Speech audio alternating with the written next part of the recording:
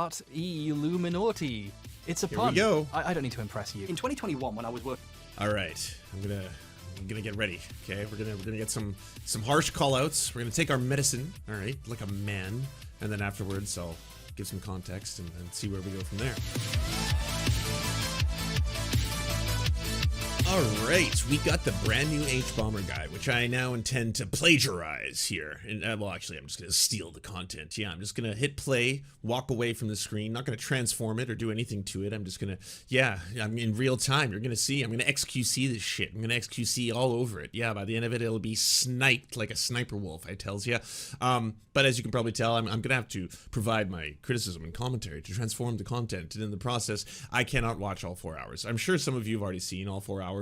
Yeah, probably. I have not. I am going to watch the entire Illuminati section because I hear that I was called out, and that's what I'm hearing on certain corners of the internet. But other people are like, you weren't called out, you were just referenced in a tweet, and that's actually what happened. But I figured I could give some more context to the story. I could tell people new revelations you've never heard before. You can get premium Sunday drama exactly as you like it. Yes, curated for you, the wonderful audience, live here right now. It's not 3 hours, it's much closer to 4. It's 3 hours and 51 minutes. That's a 4 hour video. Yeah, absolutely 4 hour video. But yes, I'm actually extremely excited for this. Unlike what my detractors are saying, I do enjoy being called out for shitty shit that I shit, and I think that's a great thing. And I think I made a massive mistake in myself and a handful of the leftist mafia in believing the narrative that Illuminati had put forward, specifically when it came to legal, and we should have spent, I'd say, a lot more time being like, well, this isn't actually as airtight as you're claiming it to be, let alone making comments at legal. I have publicly apologized to legal. I'm a huge fan. I'm sure he has no idea who he is. He's like, who? But I did make a public apology to legal, and I tweeted it out as well, just to say that yes, I was decidedly in the wrong. This is a fat L of the highest kind that an L named individual Lance is happy to take. But yeah, I'll get into some details, tell you all some background, stuff like that. I'm going to watch the intro so I can get a vibe for what it's all about. Probably going to 125 it. We'll see. $1,000. Tell us the story briefly. In 1970, in Analog magazine, Harlan Ellison and Ben Bova published the short story Brillo. Ellison's one of the most famous writers in history, but Bova's no slouch. He soon became editor of Analog, where he was beloved and won the Hugo Award for Best Professional Editor 6 times. This isn't one of his. He accepted this one on behalf of George R.R. Martin, whose career he started. George couldn't make it. He was running a chess tournament at the time. Writers used to have fun. Now we just complain about Twitter. On Twitter. Brillo was about the world's first robot police officer. His name's Brillo because Brillo pads are metal fuzz. That's pretty good. This is one of the earliest stories in fiction about a robot cop, a commonplace trope today, and soon in real life. It wasn't the first example. The most famous earlier one would be Isaac Asimov's Caves of Steel. Remember this, it will come up later. Ellison and Bova thought Classic the idea had legs and decided to adapt it into a TV show. They pitched the idea to a few companies, including NBC, where an executive named Terry Keegan said no. They later showed Brillo to Paramount, where the head of development, Terry Keegan, he'd recently been hired there, said no. The same man passed on the same pitch twice at 2 companies. Clearly not a fan of the robot cop idea. 6 months later, Terry Keegan sold a show called Future Cop to ABC. Oh. It's a show about a robot cop. He's an android, a robot, the perfect cop. Our boys realized they've been ripped off. When I saw it, I wanted to file immediately. My attorney said, forget it, man. He said 90% of all plagiarism suits the plaintiff loses. Besides, these guys will kill you. You'll never... Wow. It reminds me of police cops almost. They're not just cops. Around the eyes. Say, where's your partner? Where's Homer? Aw, YouTube. It's that damn Chrome plugin. What? Whoa. Now what have you done, Simpson? I was supervising the Guns for Toys program. It's toys for guns. Now you...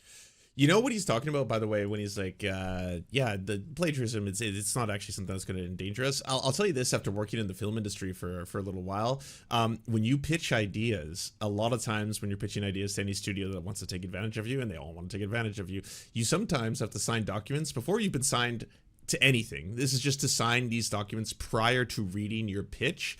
That shows that if they like the idea within your pitch or anything like that, and they come up with a competitive idea later, or they just simply come up with a competitive idea later that has nothing to do with your pitch, you've already signed away an agreement that states, oh yes, well, you have the ability to do that. Whether or not I could say it's derivative or it actually is just ripping off the idea that I tried to pitch to you, anything like that, they actually protect themselves from that shit. Work in this town again. They spend years finding a lawyer willing to sue a giant television conglomerate, despite the cost and the possibility of being blacklisted from working in television. In his deposition, Keegan claims he never read Brillo, an obvious lie. It was later discovered the memos proving he deliberately ripped them off had been burned. The jury found in favor of Ellison and Bova and awarded them $337,000 in damages, about $1.2 million today. Ellison used some of the money to put up a billboard across the street from the studio reading, Nice. "Writers, don't let them steal from you. Keep their hands out of your pockets." Or at least he said he was going to in interviews at the time, and later journalism claims it happened, but That's I can't nice. find any pictures, which is a shame. Either way, they still made off with all that delicious money. Yum yum. I've been waiting 4 years for this moment. 4 years to tell other writers they can fight them and beat them. So, Hi, Harris. what's all that about? Okay, you know that trick video essayists use where they open on a semi-related example that sets the stage for the wider topic? It's a classic, I do it all the time. I wanted to open on a recent example of a writer winning a plagiarism lawsuit and getting their day in court. But there isn't one. This ancient case, which took place over a decade before I, and statistically you, were even born, is still the best, most recent, and almost only example. Ellison and Bova are among the few writers to ever see financial compensation for their work being stolen. Oh, this always happens. Testing, 1, 2, 3. For the foreseeable future, if someone else on here steals your work for money, there's not much you can do except talk about it. A few years ago, I made a video with some examples of plagiarism and even covered a time I felt it happened to me. The guy in question, Lukey Poo, briefly posted a 10-minute response accusing me of overreacting. Lukey Poo, no, say it ain't so. Who knew the worst among us would be Lukey Poo after all? I mean, come on. The guy branded himself as shit. I'm not surprising that he, in fact, turned out to be shit. Before appearing to think better of the whole thing and deleting this along with the video copying He was the best of us, and he too fell. me. I watched your video, went through it piece by piece, and copied it because you're such an incredible YouTuber. Thanks, Luke. Apology accepted. He has since rebranded his channel, recognizing the irony in presenting himself as a literal piece of shit, but his videos are still awash with plagiarism accusations, ripping off other YouTubers for hours at a time now, the only new sections being stuff about how homophobia's fine. Maybe the rebrand was a little too soon. But no authority took Luke's video down. He could have left it up, and people often do. You can spend ages on a unique video with an original idea, and a way more popular guy can rip it off, along with its thumbnail, get a bajillion views, and rake in the cash. On YouTube, if you have an original idea, if it's good, it won't be yours for long. The fact I'm making this video during one of the biggest creative strikes in history isn't lost on me. Other people's hands have never before been this deep in the pockets of creators. We need Harlan Ellison's billboard now more than ever. But I don't know how to rent a billboard and it sounds expensive. So instead, we're going to talk about plagiarism on YouTube, what exactly it is, why it's wrong, and the many unintended side effects. Only then can we begin to talk about what to do about it, or at least what I'm going to do to try to put some of it right. I'm going to use a few relatively well-known examples you might have heard of already, and some new ones I found just for this video. I could even ruin some of your favourite YouTubers for you. Apologies in advance. So, let's start some fights. Part I. Philip. What's going on, everyone? Thanks for clicking on the video. Philip Mewson was a YouTuber who reviewed Nintendo Switch games and accessories and talked about Nintendo-related news. His videos were surprisingly well edited, and by that I mean they used way too many fancy transitions. I mean, they're not even hard to do, you just drag and drop them on your timeline and what? But when he applied for a job at IGN, his obvious mastery of a plugin everyone else also has, and existing channel with a decent size led to him getting picked as their new Nintendo editor. On August 6th, 2018, his review of Dead Cells went up onto the official IGN YouTube channel. But then on August 7th, YouTuber Boomstick Gaming posted a video titled, "IGN copied my Dead Cells review. What do I do?" He had noticed some similarities between Philip's reviews and his own, published in late July. Dead Cells takes the progression of a Metroidvania and integrates it into this procedurally generated action roguelite. It takes the progression system of a Metroidvania and transforms it into a procedurally... Does he work for Big Billboard or something? I don't know. I mean, hey, Harris, if you ever need help, I could probably help set up a billboard of some kind. But I agree. It's more of I think a bit in order to be able to sell the idea that the solution to this is not a single billboard. If it was, by this point, you know, J.K. Rowling would be effectively defeated. The other thing that I'll probably end up doing a lot during this is just try to put in my own 2 cents, having actually tried to work for a lot of these companies too at one point or another. IGN is actually pretty predatory as well, I'm very sad to say. If you didn't already know that, but that's one of the companies where I had a handful of content that I made, sometimes video content, and then IGN would be like, hey, we want to, you know, we loved your video, it's really cool, it's nostalgic, you did this really cool kind of like electronic music edited to like video games and stuff like that, we'd like to put it up on the site, and you're like, oh, obviously, of course, IGN, what? I love IGN, I've always wanted to work for IGN, yes, whatever you want, yeah, take it, but then they'll just publish it, and then, you know, it's basically for nothing. And then afterwards, after doing that a couple times, I was hoping, well, you know what, now would be a really good time to apply to IGN, because I could work there as a video editor or maybe a content producer or something like that. And obviously I already have contacts because they had talked to me about those videos they liked that I made, and so they're like, oh, for sure, here, submit your resume. And I never heard from them. Now this isn't indicative of anything. I could also just be shit. All right, my resume could have been shit. I might not have padded it enough. I may have misspelt a word or two, or I was also Canadian, so that probably affects an American company looking to hire you know, an out-of-town overseas person to work there. All very fair points, you know. But I'm also not the first person who's kind of got their own personal stories about IGN's kind of predatory behavior. Generated action roguelite. This combat system is fast, fluid, responsive, and one of the most rewarding representations of 2D combat of the entire genre.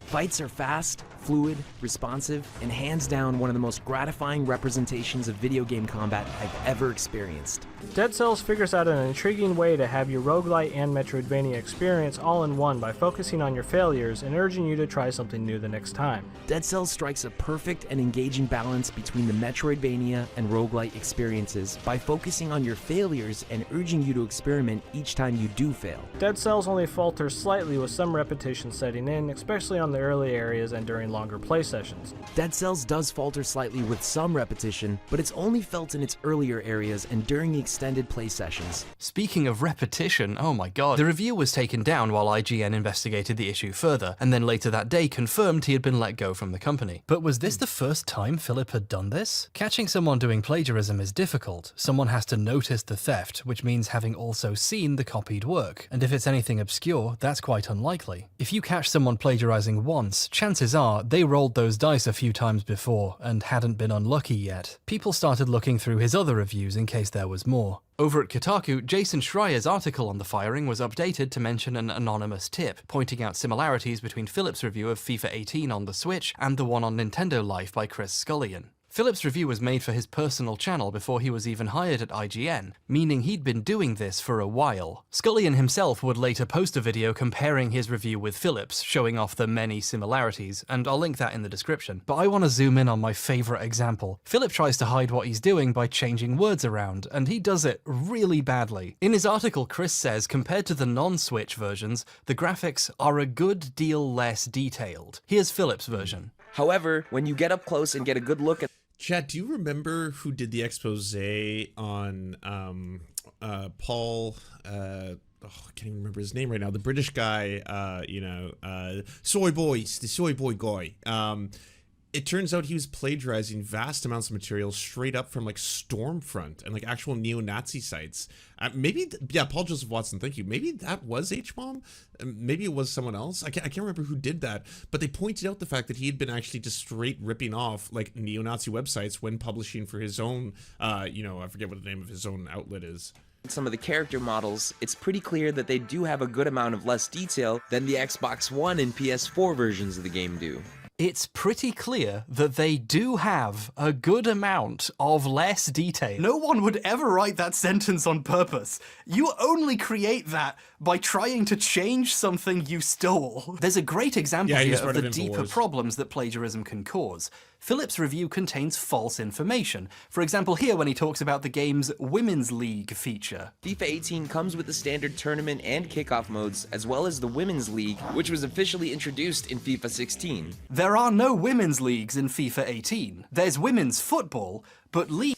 That happened with James Somerton. It's part of the video that didn't make it in. His co-worker posted whips and included an alt-right weirdo. Jesus. Leagues are specific real-life organizations that do not exist in the game. Philip's plagiarism avoidance techniques caused him to reword a sentence so badly that he invented a feature that doesn't exist. While these discoveries were being made, Philip made the decision to record and post an infamous, quickly deleted video onto his channel entitled My Response. Not an apology, a response.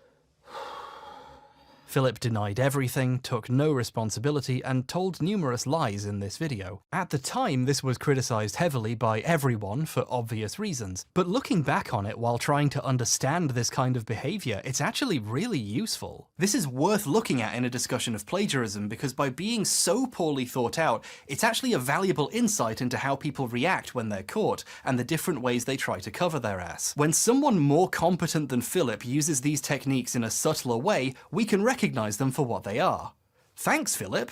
There were a lot of circumstances surrounding it, but at the end of the day, I was the editorial lead on it, so if anything, that makes it my responsibility. He claims there was a complicated process to making the review with lots of circumstances. The point is to make you wonder what really happened, so you forget what happened. Another way of doing this is to be passive about the events, so it's almost like they happened to him instead of being something he did. Like I said, I take full responsibility for what happened with the Dead Cells review. Philip doesn't say, I take responsibility for what I did with my review. He passively takes responsibility for what happened with the review. When someone tries to use language to imply what they did happened by magic, they make it pretty clear they're trying to deceive you. I try to look at all resources that I have available to me before I start formulating my own critical opinions so that I can offer the most cohesive possible review. The bottom line is that what happened with the Dead Cells review was not at all intentional. Even if whatever happened, it was an honest mistake of some. I figure there's going to be a lot of Mr. Magoo instances where people just kind of like fall into plagiarism, where it's just like, oh yeah, that's I didn't realize that I'd hit, Control C. And then afterwards, my finger slipped and I hit Control V, and then the words on the screen were good, and I was like, well, I mean, could write, but also it's over. I'm done. I'm finished now. So this one's nice. I'm pretty much just gonna go with that. Kind. But the problem is honest mistakes are easy to explain. Dishonest mistakes leave proof behind. Philip didn't unintentionally write a very similar review because he watched another one. He copied their words exactly and changed some of them to try to hide it. Hearing who amongst us hasn't accidentally plagiarized entire reviews or articles, right? It's one thing to take one or two clips or like paragraphs and then you quote the paragraph, but then you don't really utilize or you explain why you're quoting it, then you just keep quoting it, then you just keep copying and pasting. If anyone here has said to write essays for school, what are some of the rules? What has no teacher figured out yet? Increase the font. If you go from 12 to 12.5, they'll never know. Increase the spacing. Don't increase the spacing by 2 times. They'll know, right? What you got to do is increase it by a small little margin. So if you looked at it on a piece of paper, they wouldn't really truly know, but that one's going to help. And then you got to do lots of quotes, right? And then quotes are great, and then you could just basically copy and paste entire paragraphs. But when you do that and you put that in, even if suddenly you're adding a whole bunch of stuff that has nothing to do with the content you're writing on, but it's just really adding to that word count, hey baby, look at that. Philip tried to pretend this isn't what he did means we're not just dealing with a plagiarist, we're dealing with a liar who has more to hide. Philip's next lie was he had nothing more to hide. I was lucky enough to get noticed on IGN through my YouTube channel, which, if in case you're wondering, is in fact all of my own original work. A truly amazing defense there. Even if it did happen, which it didn't, it only didn't happen once. But the goal is to preserve what's left of your reputation by getting people to stop looking for more. This behavior goes hand in hand with a special anger directed at the people who are looking. So you can keep looking Kotaku and please let me know if you find anything. Don't forget italics. Which, by the way, their news editor, Jason Schreier, tried to imply that my FIFA 18 review was also inauthentic by claiming that I copied it from Nintendo Life. People accidentally plagiarizing things does happen, but not very often. Not when it's obviously plagiarized word for word on fucking purpose. Yeah, I mean, like, I think this plays into comedians, because there's a lot in the comedy circles. There's accusations of joke stealing, right? So you got one comedian who tells a joke, another comedian tells a similar joke. Some things might be changed, location, blah, blah, blah.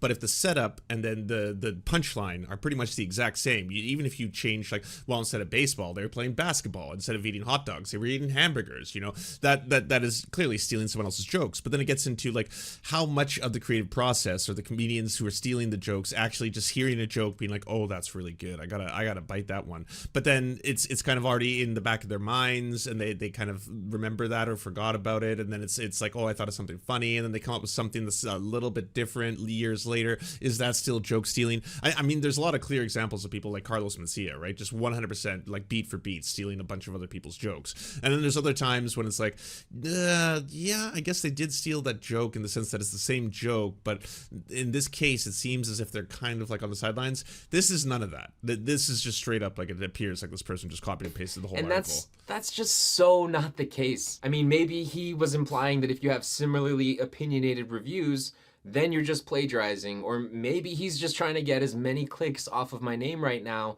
as possible, or yeah, maybe like Chuck Schumer's he niece. just likes kicking people when they're down. I don't know. I mean, blatant plagiarism, check it out for sincere yourselves flattery. and you be the judge. Can't believe you came up He's with referring to how Jason updated his article to include that anonymous tip. Philip accuses him of deliberately attacking him for attention by reporting what he has done. The section about how absurd it is to suggest he copied Scullion's FIFA review is probably why Scullion made his video in the first place. It begins by showing this clip. Bit of an own goal there. By the way, Philip, that's a football pun. Philip is using the reporting on him as a bid to gain sympathy. Yeah, I did something bad, but really, the bad guys are the people trying to see what else I did. Not me, the guy who did all of it. This tactic takes a more direct form. But one thing that I do know is that it's not very fun being the target of a gigantic lynch mob who wants nothing more than to feed into your destruction. The amount of hate and threats that I've been receiving on social media have been pretty staggering. And I get it. I mean, people are mad, and rightfully so. But it's one thing to go and harass me, berate me with hateful words and threats.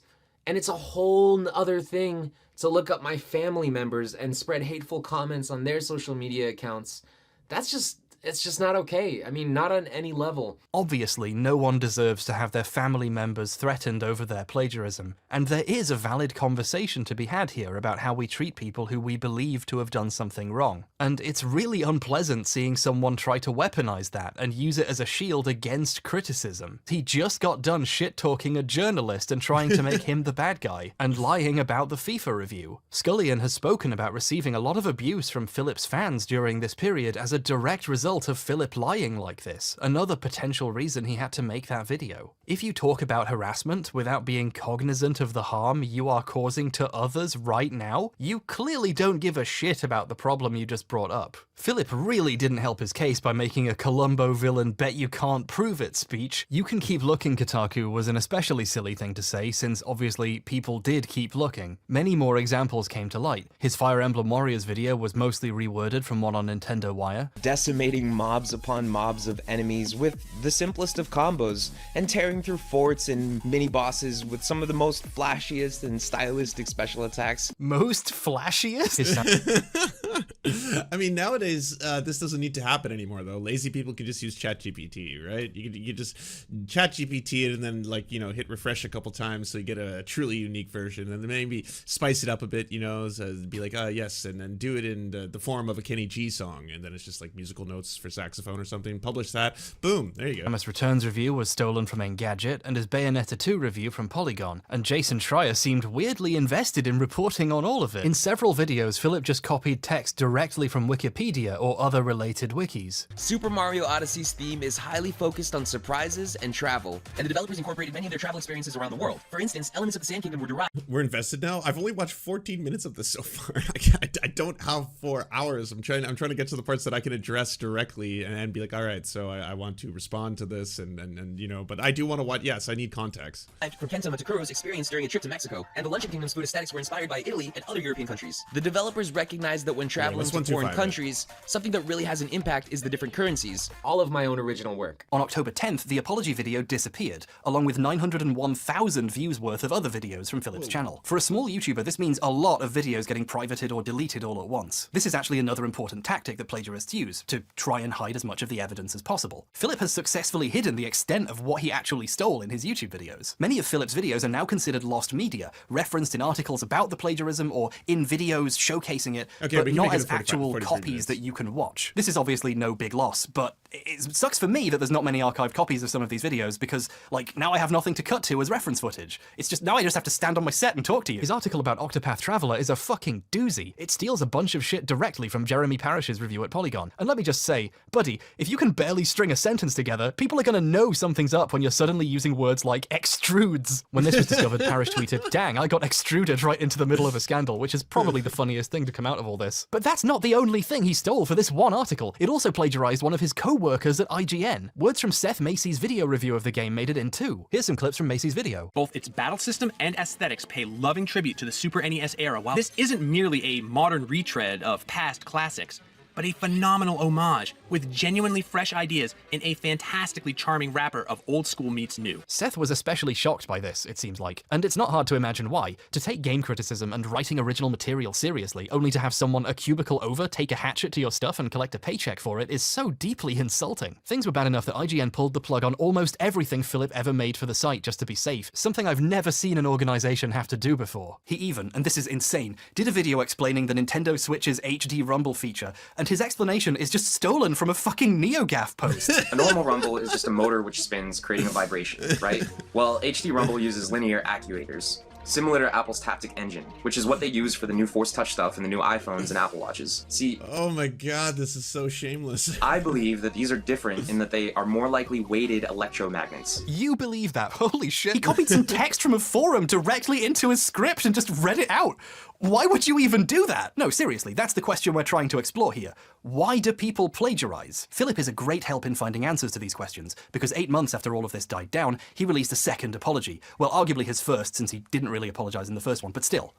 Hey everyone, I'm not here to make any excuses or to try and justify my actions. I'm only here to apologize to the people that I've wronged. He says sorry directly to several of the people he copied from, but to avoid making himself look too bad, he doesn't mention the forum post, or the time he stole from someone else at IGN, or a bunch of the other places. He also doesn't apologize for denying everything, pretending it was an accident, or accusing specific journalists of being out to get him by reporting on it. I think this points to what this apology is actually about, which is appearing more humble and honest to try and repair his reputation. Admitting to the truly embarrassing stuff, or the dishonest shit he said when he was caught, would just make him seem disingenuous. It's hard to come off as honest if the apology includes lying to your face in the past. He wasn't done making excuses either. 2 days later, he uploaded a third apology.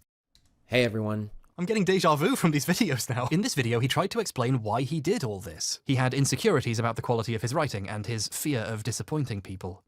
I felt pretty confident with my video editing skills and my abilities to create visually appealing content, but I wasn't always confident with my abilities as a writer. And when I got that big break with this awesome gaming company, my insecurities were amplified by like 10 million because the audience was bigger and the expectations were higher.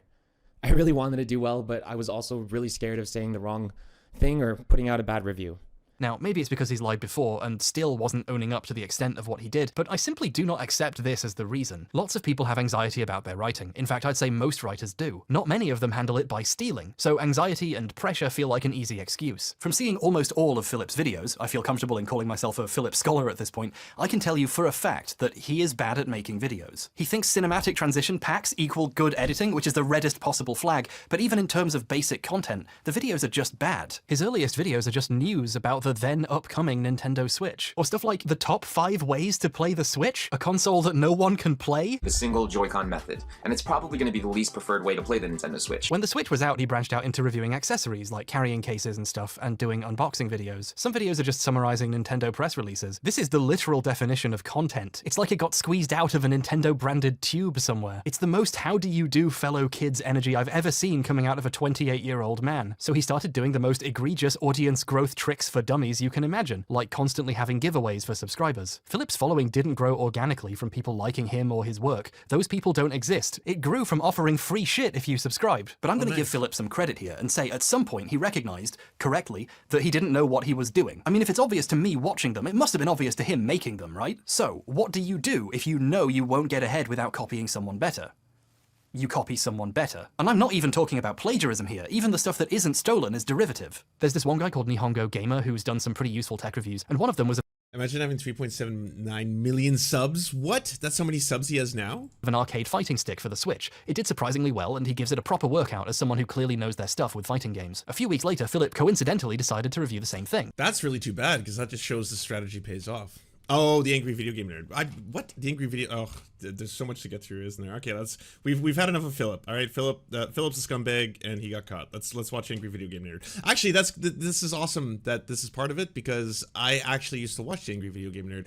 I wasn't a huge fan of the angry video game nerd. I'm gonna be honest. It's not that I don't like that genre, but that genre of people. I went from basically like, okay, I get like I'm like a huge retro gamer, right? So I love NES games. I love people who are gonna talk about shitty NES games. Fine, that's my jam. But like every single episode seems to be concerned with like shit and shit and shit and shit and more shit, and like, hey, do you know how shitty this shit is? Well, this is so shitty, a donkey shit this out onto a fucking gorilla's shit, and then I shit on the shit, and then I ate the shit and I shit out more shit. Like that's kind of what like every episode felt like. So I was like, eh. And then I was like, oh, JonTron, that guy's funny.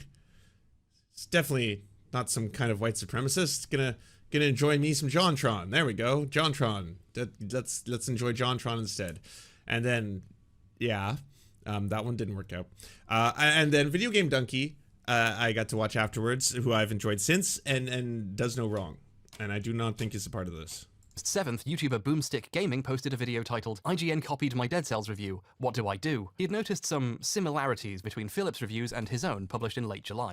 Made a few new ones. The guy was busy, or maybe he'd lost interest in a project he'd done for over a decade at that point, and that's fair enough. But then Screenwave got involved. For people with better things to do, Screenwave Media is a YouTube network / influencer agency thing who work with various YouTubers, helping them produce content. We're about to find out. I don't know what angry video game with writing and helping them. The only controversies I know with the angry video game nerd are that he was one of the really big accounts to announce that he wasn't going to watch the new Ghostbusters. He's like, Ghostbusters 3.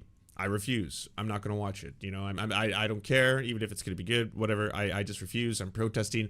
And like, it's kind of weird based on just the concept alone for you to be like, some people just hold, I think, Ghostbusters to some kind of like holy grail of properties. Like, I love the 2 first Ghostbusters. I love the animated series of Ghostbusters. I grew up with Ghostbusters. I'm a Ghostbusters fan. I'm not here to shit on Ghostbusters, but like, some people take Ghostbusters so seriously, and it's like, it's a corporate property. They're going to keep doing whatever they want to it. Even if I didn't think that Ghostbusters was funny, the idea of just like banning or blocking or never watching it ever simply because they did like a gender swap, that to me just seems ridiculous. And yeah, fine, I guess you were validated in the fact that I didn't really think the final product was that funny, but like, yeah, that's the controversy I know about. They apparently work with a bunch of channels in various forms, but they work especially closely with Cinemassacre. The writing and editing of the AVGN videos became different and weird, like someone else was doing those parts. The channel started making new types of video, which were like James standing kind of awkwardly in the corner while Screenwave employees discussed a movie. There was a Cinemassacre podcast, and James often just wasn't in it. The guy whose channel it was became an optional side character. Oh, and everything became packed with sponsorships. If you don't know, Skillshare. It got so bad, episode 200 of AVGN is split into 3 videos with separate sponsors, purely because they sold too many brand deals. Oh, we're gonna have to make the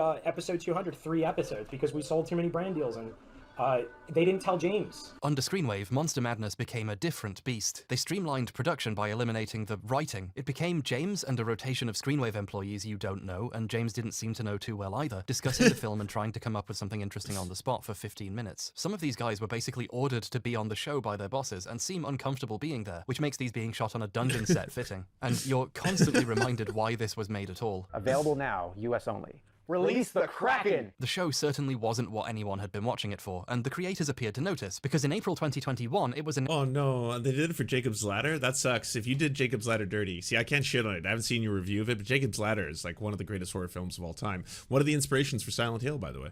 announced Monster Madness was coming back, for real, with the old style of scripted videos featuring just James and his short and simple voiceover. Like the old days, but, you know, with Screenwave's help, so not really. Newt Wallen, a Screenwave employee, was enthusiastically tweeting about how he had written 20 of the 31 videos himself, with others writing the rest. The whole point was it was a guy passionately sharing his actual opinions, but that guy wasn't writing them. But some people were still excited. It was a pandemic year, we were all indoors, not much else was going on. Be sure to check out Cinemassacre's Monster Madness around the world, 31 days, 31 countries. October rolled around, and so did the first new video for the film 28 Days Later. It was weird, like James was reading something written for him, which he was. But what really stood out was what he was saying. A guy who famously avoids politics and serious real-world events in his videos suddenly started talking about how the film reminded him of the horror of 9/11. And when seeing the film today and being put into that time period, you can't help but think of 9/11 and all those TV images of Ground Zero and Baghdad being devastated by war. It didn't take long for people to start Googling the words he was saying. A user named ZB123 posted a thread on Reddit showing a huge portion of the video's script was taken directly from a review in Film Comment, a fairly well-known film criticism magazine, by Dr. Cecilia Syed, who is currently a senior film lecturer at the University of Kent. Let's compare and contrast, shall we? Horror films are frequently interpreted as allegories of our realities. Okay, that was quick. Their fantastic or supernatural elements often spawn from symptoms of social and political...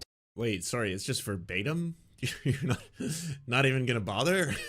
Like, come on, just open a thesaurus app, right? Like in another tab, just word for word. There's probably AI that does it for you. You could have this automatically AI'd. Tensions in a specific era. 28 Days Later is set in a post-apocalyptic Britain, which has been devastated by an epidemic that within seconds can transform its victims into crazed cannibal killers. Following a car accident, he wakes up from a 28-day coma. Finding the hospital abandoned, he walks out and wanders through the empty London streets. He finds that people have fled the country after the outbreak, but those who remain are either dead or become infected. The group sleeps in debris of deserted buildings, eats canned food from abandoned supermarkets, and fights off the infected. 28 Days Later aligns itself with the typical loss of individuality plot. It's interesting to read 28 Days Later in terms of the state of affairs of the world. The movie began shooting on September 1st, 2001. You can't help but think of 9/11.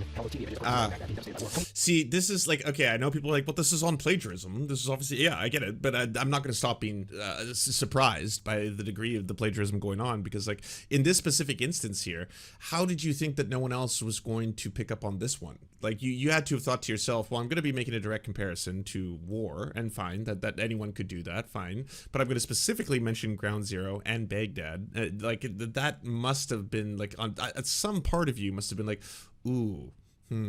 Considering that I've already verbatim taken much of this article, like almost word for word, maybe this will be the one that tips people off, because like that's kind of going to be a highly specific comparison.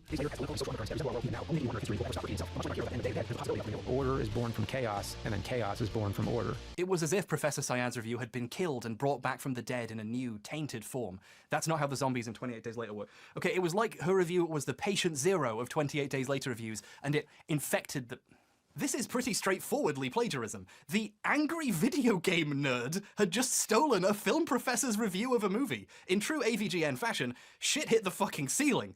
What was going on? Initially, Justin Silverman, the lead Screenwave guy, claimed this was a result of a new person who was helping, accidentally mixing some notes into a script, and this would be fixed soon and all the other episodes were fine. The new person thing isn't true. The guy who did it had worked with Justin for like a decade, but I can understand trying to protect someone's identity if you believed they had just made a small mistake. Justin updated the page the video was posted on to say it was being corrected to remove some accidental plagiarism, whatever that means. So whoever did it, they successfully convinced Justin this was an accident. But it wasn't. There's the telltale red flag of the awful writing you get when someone who can't write tries to rewrite something they copied. The movie starts with the usual tropes. Mankind's experiments go haywire, resulting in destructive results. There's another way you can prove it wasn't accidental. You know, the other excuse we've heard before, how it just happened once and the rest of the videos were fine? They weren't fine. Reddit user Retired Fool went on the website the videos were being hosted on and found the second episode uploaded early. Most of it was from a review on screenagewasteland.com. The movie opens with a shadowy figure with multiple hand attachments who calls in the boys, 4 men from a government agency trying to deal with an alien invasion in a small New Zealand town. Peter Jackson plays dual roles of Derek and Robert, who interact through the use of creative camera work and editing. So Jackson handled acting, writing, directing,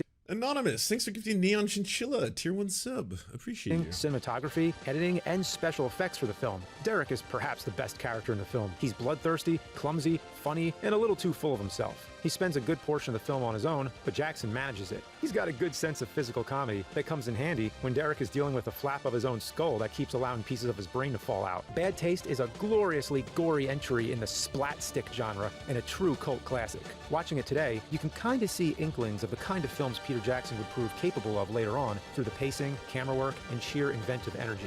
So Day 2's video was also plagiarized. The return of Monster Madness isn't going so well. We know James didn't write this, so who could it have been? Was it perhaps the man who was just bragging about writing most of them himself? Yes, it was. The rest of the Screenwave guys looked at the scripts, and many more examples were discovered. Justin confirmed several more were plagiarized, and Kieran, a video editor who later quit, claimed in a live stream that all of them were. We went through all the scripts, plagiarized them all. They had multiple, like every single thing was plagiarized. They fucking plagiarized every single thing. This is a tremendous amount of blatant theft, if true, but soon it became clear almost everything Newt did and said was copied. While I was looking for other stuff Newt made, I saw he was one of the speakers at the Roast of the Angry Video Game Nerd in 2013, and he was proud enough of this he uploaded his bits separately to a channel he was involved with. And just watching it without doing any serious checking, several of the jokes from this jumped out at me immediately. Justin, I heard Justin was nervous before the show. He couldn't figure out what he was going to wear, either honey glazed or pineapple slices. This joke is taken from a Gilbert Gottfried roast. She couldn't decide between the honey glaze or pineapple slices. Brent Vanderbrook is so deep in the closet, he's having adventures in Narnia. This is a well-known joke from a 2007 Jimmy Carr stand-up special. Come on, you're so far in the closet, you're having adventures in Narnia. People have been ripping this off for years. Here it is posted in 2009, with many of the comments remarking that it's old and stolen even then, and this was almost half a decade before Newt stole it. Here's I mean, like, you're not even stealing good jokes. You're stealing shit jokes. An in-character Tyrion Lannister Twitter account reusing it a few months before the roast in 2013. I haven't seen the show or read the books, so I'm just going to assume they read Narnia there too. Don't correct me. While I was researching this topic, I found a Reddit post collecting all the places he stole from for this roast. Obviously, there were a bunch. When I found this, I was worried people would think I just got this from here. I assure you I do my own research and don't just read Reddit posts. As proof, they haven't found the source for the Narnia one, so don't I feel special? Unless Jimmy Carr got it from somewhere else too. He's already stealing from the British taxpayer, so I wouldn't be surprised. Newt had just been very sloppily taking shit for over a decade. The guy was fired, and from the sounds of things, everyone's bitter about it, especially the guys who had to make new Monster Madness videos to an insanely short deadline. And then we have to rewrite 20-something scripts and re-edit them in a week. Even James Rolfe himself got involved. He quite famously avoids talking about controversial stuff, like 9/11, but there was enough confusion he saw fit to descend from his throne of gold and put up an unlisted video explaining what happened. One of our writers had somehow added a portion that was taken from a pre-existing article. That's unacceptable, and all of us here apologize for letting that sneak in. He went with the story Justin did. Some new guy pasted something wrong and confused his notes into the script. The short story is, somebody fucked up. Somebody knew. I'm not sure if this was recorded before this turned out to be a lie, or if they just decided they didn't need to explain it to the public in detail, and that's understandable. But either way, it wasn't somebody new. It was somebody Newt. That's your joke for this video. Doing research, I found an interview with Newt about a low-budget horror Everything's film he wrote. stolen nowadays. However, the picture they used was Philip Mewson. I have no idea how this happened, but it's very funny. For the creative people watching, there's a kind of positive lesson here. You might be mystified why someone would copy stuff for a review. Why is it so hard to just write your opinions on something? But it turns out writing a good review is really difficult. For example, I use the phrase "it turns out" more than once every video by accident because I'm bad at it. I'm not even joking. I've written "it turns out" in the next section without realizing it. That's how fucking bad I am. Being able to write a good review is a unique and difficult skill. Creative people often have trouble recognizing their skills as skills because eventually they feel like second nature, and they don't feel real and practical like building a house or doming. But it turns in that this stuff actually is valuable. If it wasn't, people wouldn't be stealing it. Creativity doesn't feel super special or unique until you realize people have to plagiarize it. I accidentally bought this in size twink instead of bear. Oh, would you like some talcum powder with that, sir? No, it's fine. Oh, I could wring the sweat out from that and probably sell it. It's worth noting that even when the plagiarism was cleared up, the new videos are still weird. The entire appeal of Monster Madness was it was one guy passionately sharing his opinions. If someone else wrote those opinions, even if they're not stolen, what exactly is the point? James put this better himself a few years back before this all began. I want to make original films. Lots of people say, well, get somebody to help. Well, I can't get somebody else to write the review for me. It's an opinionated thing. Imagine if it was somebody else's words and they say, this movie's great, and then I think, oh, well, this movie sucks.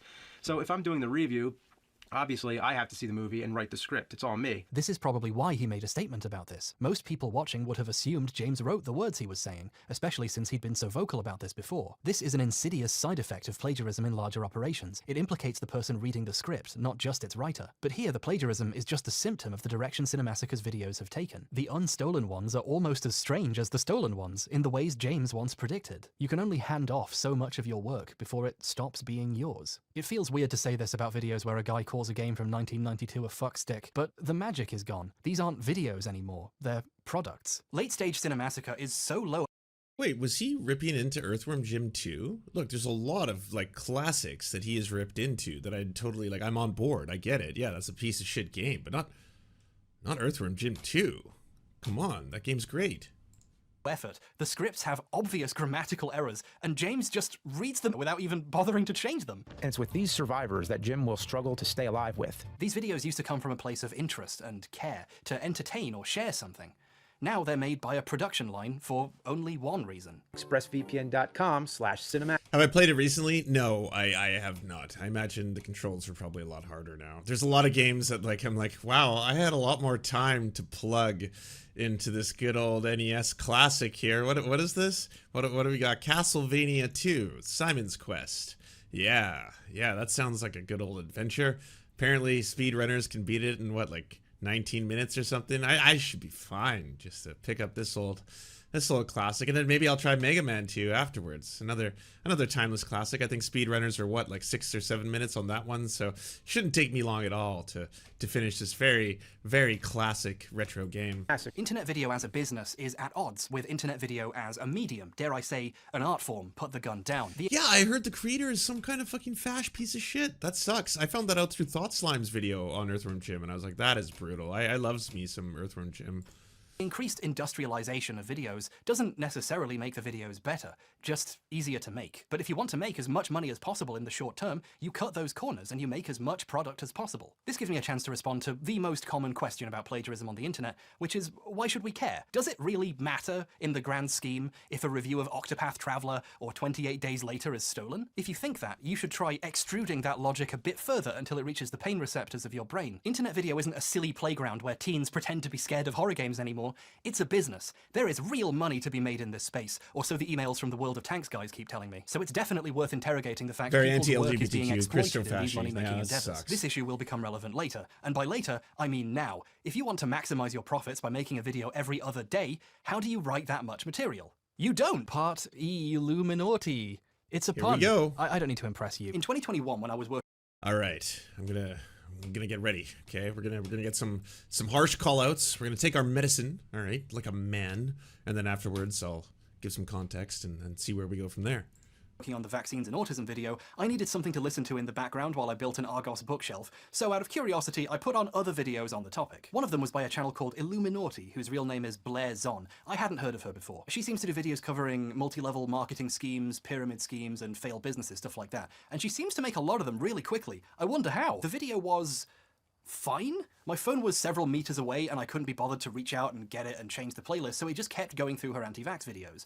And at one point, I did a double take. There was a joint inventor on these products, a man named Hbomberguy, a former immunologist who has been long controversial. In 1989, he was caught up in a bizarre lawsuit with the Food and Drug Administration, which told him he had to stop injecting his autistic patients with blood products. I remember pausing, budget B&Q hammer in hand, and thinking, haven't I heard this exact sentence before? In 1989, he was caught up in a bizarre lawsuit involving the Food and Drug Administration, which told him he had to stop injecting his autistic child patients with blood products. An interesting thing about the MMR scandal is literally all of its big discoveries can be attributed to the work of one man, Brian Deere, whose years of diligent journalism are basically why we know what we do about Andrew Wakefield. His 2004... Yeah, I'm already getting vibes that she did the exact same thing that she accused Legal Eagle of doing. If you don't know the context, by the way, so this is where the fall of Blair truly like started to just accelerate rapidly. And she was still at the time, you know, one of the members of the leftist mafia. She sends us all this information, these screenshots of stuff saying that like, hey, members of her team had just found out that like Legal Eagle was copying her style and stuff like that. And there was obviously some pushback being like, well, I don't know if this is 100% rock solid. She was consistently claiming it was, and she was like, I have more and more evidence. There's more evidence, and I'm going to be presenting it, and you're going to see how like Legal Eagle was actually like ripping me off and blah blah blah. And he's like, you know, this is a huge account, and so obviously I'm like, oh wow, that's fucked. I'm a huge fan of Legal Eagle. I like watching Legal Eagle. illegal. I think he's like the one good lib, and you know, I make that joke all the time. I came up with it, by the way. It's original. I'm the first person to ever say that. So yeah, if anyone else has ever said it, they're plagiarizing me. But yeah, so I you know, in my haste wrote like, what's going on here? This is kind of suspect. Or I'm sure it's going to come up on the screen.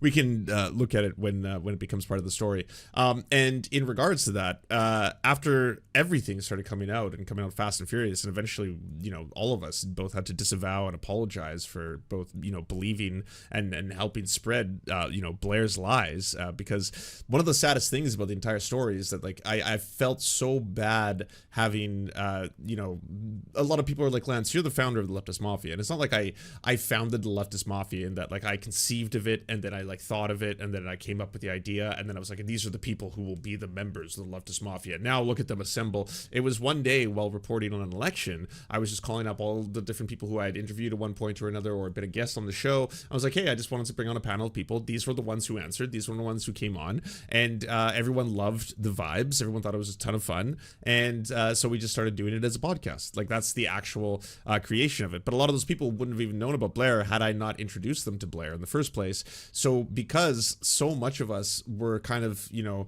in our own way believing the same lies that she was putting out, like she was putting out lies to us that were supposed to directly counteract the ones that you would see other people come out with, and say like, oh, don't worry, I've got evidence to the contrary about this. And you're like, oh, okay, all right, Blair, like obviously I you know, we now have a working relationship with you. I'm going to believe that you're about to provide receipts, that you're going to do all this, and that you know, you're going to obviously prove that you in fact are the one who had been abused by your co-workers, not the other way around. And then it would be like video after video would come out. All of a sudden, like another video would come out, and everyone would be like, Lance, have you seen this? Leftist Mafia, have you seen this? Like Eliami, Matt Binder, Mike, have you watched this? And then it's like, it's so much stuff coming and pouring out. A lot of these people having no idea, by the way, like anything about her background. I didn't know who Click was. I knew One Topic at a time because me and One Topic are friendsies, and you know, he's fucking just an awesome individual. But like for the most part, it's just a different world. Like the drama, YouTube, all that kind of stuff that they were in the past. And so like, no, I did not know the background of every single one of them and the twists and turns. I knew the version of the story that Blair had been lying to me about, and Blair had been frequently lying to me about, and putting a narrative and a version of events, both in my head and everyone else's head, that you would listen to, and then be like, oh, okay, so these were people who were manipulating you, these were people who were abusing you and taking advantage of you, and you've got receipts to the contrary, and you're going to put out all the receipts, and you're going to provide all, oh, okay, all right, well, you know, we'll sit back at the next Leftist Mafia, maybe take a step back, you know, don't come on this episode, and then, you know, you can release that video that's going to have receipts on everything, right? And then another video would come out by another one of her, like, you know, co-workers who was like, yeah, so here's a ton of fucking receipts showing that, yes, she had manipulated me. Yes, this is an event. Yes, this is an event. And eventually, yeah, it gets to a point where, like, I felt genuinely horrible for having, like, you know, introduced anyone to Blair once the magnitude of everything suddenly comes into focus. Like, it's one of those things that's very difficult when you on the other end are being manipulated by someone and they are constantly pushing this kind of like, no, this is the truth, this is the only real story, trust me, I've got the receipts, you're gonna see them, I've got the receipts, I'm gonna provide them, this never happened the way they're saying it, this never happened the way they're saying it, this part is untrue, this part is a lie, this is because they were abusing me, and then by the time everything comes out, you're like, holy fuck, was I ever wrong? Was I ever manipulated along the way? Or documentary, MMR, What They Didn't Tell You, effectively berserk eclipsed Wakefield's career as a legitimate doctor. It's great, and Brian uploaded it to his own YouTube channel for free in 2014, so anyone can go watch it. This version has the timecode burned in at the bottom, which is kind of cute, but if you wanted to make your own video about the subject and use that as source footage, that's kind of annoying to look at. So I spent like 2 full days of my life trying to find a version without the timecode, and I finally found what I think is a copy of the original broadcast from 2004. Harrowing stories of child abuse. If that's your opinion, why did you apologize? I did. I apologize both to all of the members of the Leftist Mafia. I apologize directly, publicly to Legal Eagle. I apologize to the members of the team whom I didn't know at the time. You know, like Click, for example. I actually reached out and DM'd him, and it was just straight up like, you know, I'm very sorry. I was being in my own way manipulated with the narrative that I had believed, and once I saw things clearly, I'm deeply sorry. Like I was reaching out to the same thing with One Topic. I reached out to One Topic privately. I'm obviously not going to share our correspondence. I don't do that, but like, yeah, I was doing everything I could in my power afterwards to be like, yeah, holy shit, you know. Do not pair well with teasers for the TV premiere of Moulin Rouge.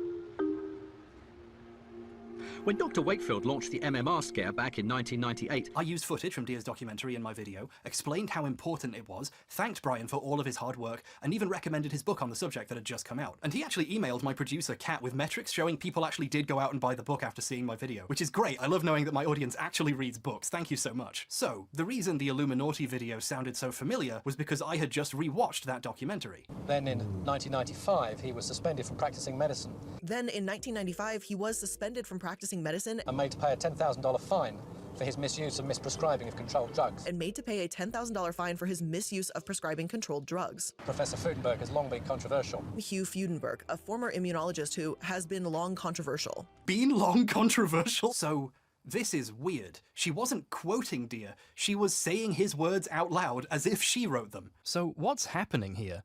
Well, after the bookcase seemed to stand up on its own, despite all the pieces mysteriously left over, I watched the video properly and noticed she does acknowledge Brian Deere and the documentary pretty openly. In 2004, Brian Deere came out with a documentary entitled MMR, What They Didn't Tell You. Blair watched a documentary and then downloaded it and used it to make her own. In the first 20 minutes, she plays a chunk of the documentary, or just quotes it, 25 times. More than once a minute, you're hearing something Brian Deere said from his mouth or hers. So this video is lazy? I'm personally insulted that she just used the version of the documentary from Dia's YouTube channel with the timecode burned in. That gets to me a little bit after the effort I put in, but that doesn't make it plagiarism. It's just not very good. And hey, it's not like this is her one source. She quotes a lot of other places too. Or does? Here's some of the times she quotes someone else in the video. Oh, no. Wow, look at all this research she must have done. One thing though, what's the source for these quotes? Okay, we need to talk about how to cite a source for a second. If you watch any non-iilluminaughtii video essay, you'll see these pretentious little commies put some text in the corner telling you where their quote comes from. This is so you know what they're quoting, so you can check it or go find it and learn more if you want, and to give proper credit to the people whose ideas or knowledge they're borrowing. If you're using someone else's words in a video you intend to make money off, it's very important to give proper credit and attribution. Listing where the quote is from is important, not just so it's easy for people to find and verify it, but it's useful context which helps people interpret what they're seeing. If someone showed you a quote that made a person look bad, you might feel a bit cheated if they didn't mention its source is a blog by someone you've never heard of that doesn't exist anymore. I have a little rule for quoting that other creators seem to use as well. If someone saw a clip of your video out of context, would it be possible for them to tell you're quoting someone and where it's from? Blair, for some reason, doesn't cite her sources. Here's a part where she quotes Andrew Wakefield. Wakefield also stated, mumps, measles, and rubella together might be too much for the immune system of some children to handle. I love there's a tiny Andy there for some reason, but not saying where he said this is pretty bad citation. But this isn't a mistake. Blair is hiding the source on purpose for a reason. You see, this quote is from the same documentary again. Brian Deere plays a clip of Wakefield saying it at a conference. Measles, mumps and rubella given together may be too much for the immune system of some children to handle. Why didn't she just play the clip? She had it downloaded. Well, because she's already played so many clips from this documentary, it looks ridiculous. So she started quoting it, and just not telling you she's quoting the one thing she watched. I wonder where all the other quotes come from. And more still, nurses were leaving, saying they don't like what's being done. Nurses were leaving and saying they didn't like what was being done to these children. It needed 3 people to hold these kids down in some cases, just to have blood taken. I feel very sorry for the children who I feel were being abused. This study had in fact begun with a contract from a group of solicitors that were trying to sue MMR manufacturers. Chadwick said he had hoped the ordeal, when it hit the news, would die its own death. It includes injecting mice with measles virus. He injected mice with measles, extracting their white blood cells, extracted their white blood cells, and injected the stuff into pregnant goats. This is amazing. She just quotes people from this one documentary and pretends she did any work. Eventually, she stops bothering to even make it look like a quote and just starts saying Brian Deere's words out loud. And that's how the stuff at the beginning happened. She got so lazy she stopped bothering to pretend she wasn't copying the documentary. In 1989, he was caught up in a bizarre lawsuit involving the Food and Drug Administration. Okay, and at this point it's crossover and just full on what the fuckery. Are you serious? Like, the other ones you could say are incredibly lazy, in poor taste, and pretty much, like, ultimately it's pretty much like you're not producing content if you're just beat for beat quoting someone else in every single part, right? You're just copying and pasting someone else's work. But if you even stop doing that, you stop acknowledging the citations, at a certain point you're just like, let's not bother with those quote marks anymore. I think we're good now. I'll just start talking. And I've already, you know, previously acknowledged they were quotes from another source, so you can assume these two are quotes and not me just narrating the episode. Which told him he had to stop injecting his autistic child patients with blood products. Then in 1995, he was suspended from practicing medicine and made to pay a $10,000 fine for his misuse of prescribing controlled drugs. MMR, what they didn't tell you, has been chewed up and spat back into your mouth like you're a little baby bird. My favorite part is when some of what she's saying appears in quotes for some reason, attributed to lawsuit with FDA.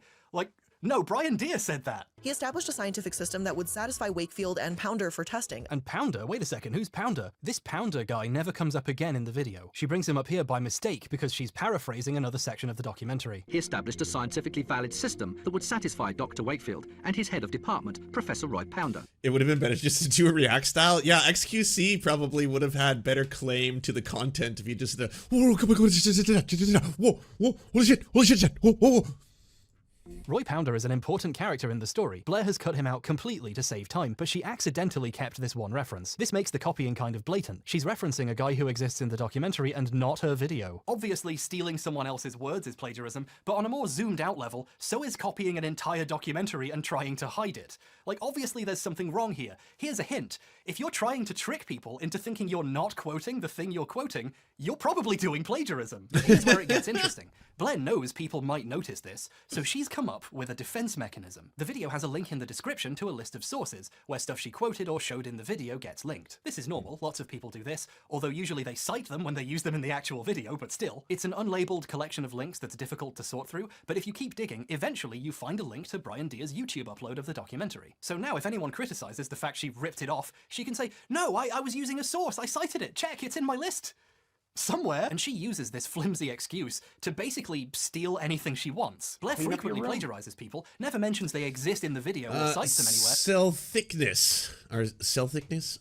Celt thickness. Either way, thank you so much for subscribing, I appreciate it. But she puts a link in a list no one will read, so that makes it okay, right? The video we've been talking about so far is the second in a series of 3 about Andrew Wakefield. Here's part of the first one where she talks about his early career. He became a fellow of the Royal College of Surgeons in 1985 and a year later was awarded a Wellcome Trust traveling fellowship to study small intestine transplantation in Toronto, Canada. Let me ask you real quick.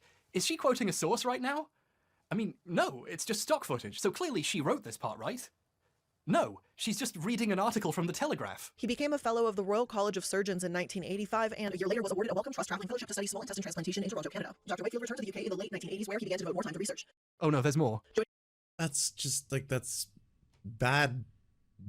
Yeah, that's plagiarism, pure and simple. You can't, like, at the very least, you'd have to put something somewhere being like, the following is a quote from the Guardian article. You can't just write this and put it up as your own narration. The Royal Free Hospital in London. It doesn't matter if you link dump. That doesn't change that. Then he worked on the liver transplant program and in 1996 began researching bowel disorders, autism, and the MMR vaccine. The average person watching this is being led to believe Blair wrote the words she is saying here. This is called plagiarism. The audience has no way of knowing she's actually reading them the fucking newspaper. But the article she plagiarized is in the list of sources. So we already know what the excuse will be. It wasn't plagiarism, she was just quoting a source.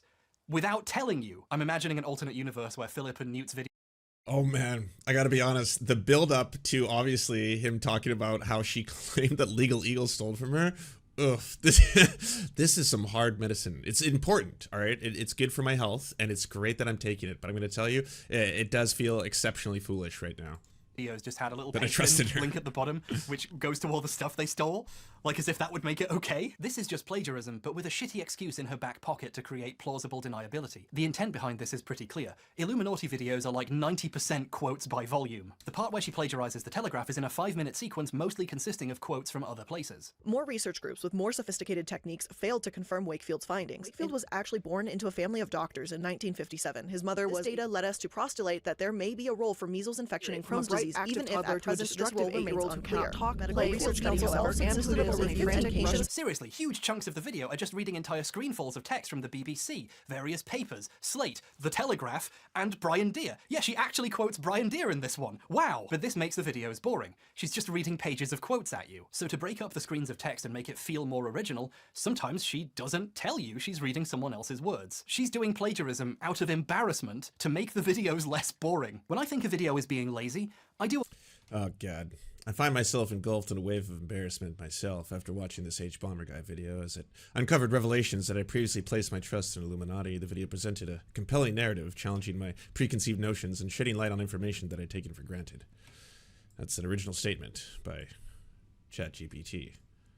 And it was pretty ChatGPT. I was hoping it was going to speak a little bit more like a human. a little test. I check what sources the video used, thankfully Blair provided a list, and I compare it with the sources you would get if you went to the Wikipedia page for the topic. All of the quotes in that 5-minute sequence I mentioned, including the Telegraph article she plagiarized, are just linked on Wakefield's Wikipedia heartfelt and page. robotic. Oh, I know Clearly how this made by a video was robot. researched. This is a really common trick with lazy creators. Go on Wikipedia and quote all of their sources, and then it looks like you did a bunch of research and work. And to make it even better, she pretends she had to look for this stuff. Other studies have suggested there may be a link to Crohn's and measles, just not Wakefield. I was able to find a different study from the National Library of Medicine that's more recent. I was able to find? I mean, I guess I'm glad you were.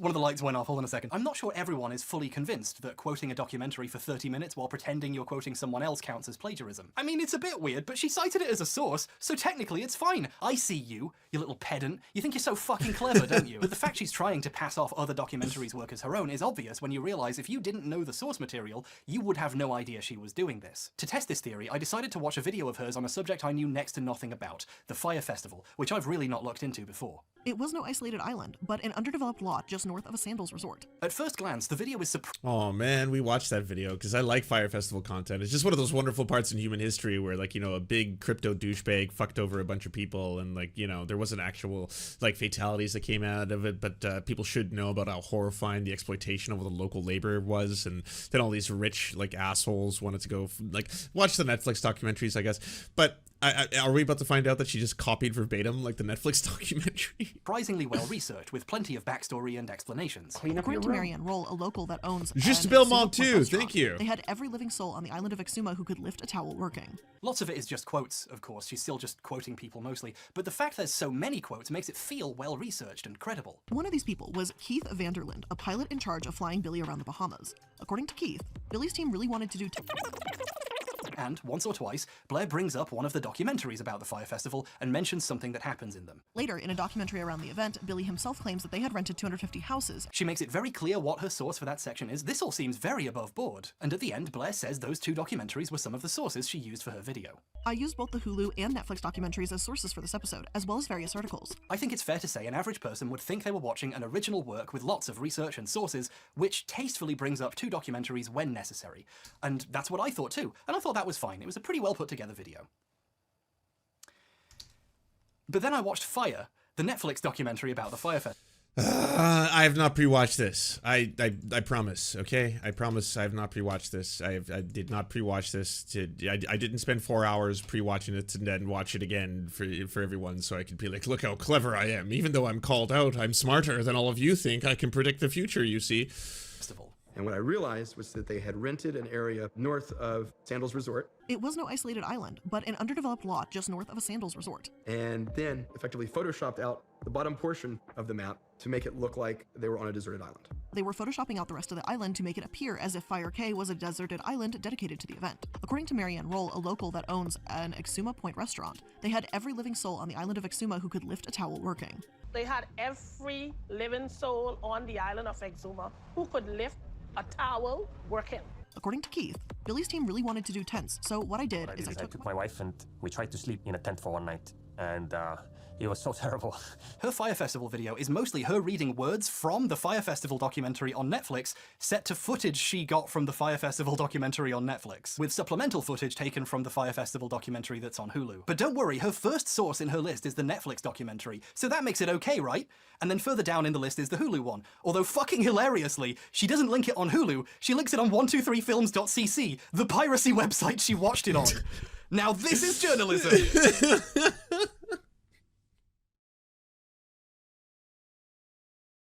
That's unreal. At least pretend you paid. Pretend you had to sign into your Netflix account to see it. Yeehaw! Calvin claims he then went to the... Everyone's like, based, yeah. I don't think that was intentional. I think that was just quick. Bahamas for himself to see what was going on and Yeah, discovered that the luxury festival... source the Pirate Bay. LimeWire.com. Napster. Source Napster. Yeah. tents were nothing more than leftover emergency relief tents from Hurricane Matthew. Apparently this part is from Calvin Wells. No, it's from the same documentary she got everything else from. One of the things that really struck out to me was that they were erecting these dome Well, it tents looks like, to in fact, you function would as luxury download a villas car. that I realized were leftover hurricane tents. From Waxing Hurricane polemic, Matthew. thank The you. footage playing while Bear she's share or saying bust. this is the same footage Fair. the documentary is showing as Calvin says it. She's just replaced the documentary's voiceover with herself quoting the documentary. It's ridiculous. Quoting documentaries you pirated for 30 minutes while pretending you're just quoting specific individuals is plagiarism. To give an example of how to do these quotes correctly, here's a New Republic article that quotes one of the things Blair did. As one caterer puts it in Netflix's Fire. It's clear and to the point. The article isn't trying to look like it found this quote. Blair could have said, in the Netflix documentary, this person says this, but she'd have to say that 50 fucking times, and it would make it obvious she's just remembering Netflix at you, so she deliberately obscures the actual source of her quotes. This is to convince a casual audience she found these herself by doing actual research and reading articles and interviews with these people, which she didn't. This is passing off the work that went into making the documentary as her own. When she brings up the other documentaries as if she's only just talking about them, this is a lie to make you think she hasn't been doing it the whole time. According to Mark Weinstein, a festival consultant, A metric shit ton, actually slightly more, an imperial shit ton of this video is just footage from the Netflix documentary. Seriously, you can't even fucking take your own screenshot of these articles? What the fuck? This isn't even plagiarism, this is genuinely just copyright infringement. Like, the copyright holder could get this video taken down easily, and maybe even take her to court for the ad revenue she got from their footage. You know YouTube's copyright system, where if you use 5 seconds of the wrong TV show, your video is demonetized? You're probably wondering why that didn't happen here. This is what the Content ID system actually exists to stop, after all. Well, this is why the video has all these ugly filters. What Blair is doing is so obviously stealing that YouTube would notice, so she had to put bisexual lighting over all the footage she got from the documentary. Whoever's making these videos is fully aware what they're doing is unacceptable.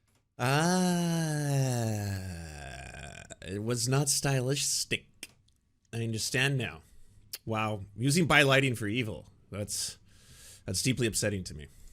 And is purposefully working around the systems designed to stop them doing it. Blair doesn't just reuse other people's footage without credit though, the video has also been edited to hide the credit that was there. The Fire Oh my god. documentary itself used videos posted on Instagram and Twitter by people who attended the event. And guess what? It credits them. Their social media's in the corner. Blair's video steals this footage from the documentary too and puts a filter over it, but also blurs out the social media. She uses a few clips from a Vice video as well, and the Vice logo gets blurred out so you can't tell where it's from. Since Blair's making a documentary out of other people's documentaries without permission for money, she's trying to hide the evidence of whose footage she's using so they don't notice and serve her a fucking cease and desist. Incidentally, when the Vice video uses footage from the documentary, it tells you, because this is how this shit is supposed to work. At one point she uses a clip of a news piece about the festival, which used footage from the documentary, and you'll notice they also correctly credit the footage too. Blair's sources are full of examples of how to credit the source, but if she'd done the same thing, the word Netflix would just be in the corner for 30 minutes. The video's opening features this fan art, depicting her bro-fisting with a person I believe she recently sent a cease and desist to. Put this on r/aged like milk. This piece of fan art is better attributed than the documentary she stole this video from. The 25 minutes of clips and quotes from Netflix don't get this treatment. She just says, oh, I use these documentaries as research at the end. And I guess she's not lying. She definitely did. I wish there was room in the video to show you just how much. Well, not from Hulu or Netflix, from 123 Movies. Much she quotes the documentary without telling you, while reusing greased up footage from it, but it's most of the video. There's just too much to show. I also wanted to go more into the ways making sloppy, poorly researched videos means the videos are full of obvious mistakes, but this video is looking kinda long, so I shouldn't. However, before I realized I shouldn't, I'd already made all of it. So, check out the new video on my hot new second channel. I have a second channel now. It's not a live stream channel I hastily rebranded. Check it out if you want to see me complain about Blair getting the Stanford prison experiment wrong, and also Silent Hill lore. Why would you want to watch that? I don't know. This is a horrible pitch. As a creator, my question is, why make 3 bad videos a week when you could make 1 half-decent video every 2 weeks? Or 1 pretty good video every year? Videos like this aren't made for the reasons normal people make videos, like to inform or entertain or for the joy of... That's what we in the biz call a self-call-out, or lamp shading, also known as lamp shading, so other people can't make that same self-call-out. Making something. They're made for the purpose of putting out more content. The phrase content mill refers to organizations which produce huge amounts of material very quickly, designed to get attention, with no interest in quality. If you've ever seen an article in a search with a compelling title but which says nothing for several hundred words, and only tells you the thing you wanted at the end, while showing you 7 million I hate those. And you know what else I hate? AI generated fucking news on YouTube that for some reason is popping up in the same search results as other news. Like, come on, you got to do something to be able to filter those out. Because as soon as you hit play and it's like, yesterday a tragedy occurred in this part, you're like, oh my god, I'm not going to watch this. What the fuck? And ads, you've had the content mill experience, my friend. Some of these are just a link to a video someone else made, but they got to show you ads. There's a ton of channels out there whose objective is to make as much stuff as possible, as fast and as easily as possible. Yeah, YouTube hasn't We just done shit watched to Cinemassacre curb become that. one of these, making easier, lower effort, worse videos, and for the ones that were supposed to be good, outsourcing the editing to a guy they underpaid so badly he later quit, and the writing to a guy who turned out to be stealing shit. The quality suffers, yeah, but if you don't care about quality, you save yourself a lot of time and effort. The people who are in this for the money are engaged in a constant race to the bottom to find the easiest possible content to make and still get paid for it. If you're a nerd, and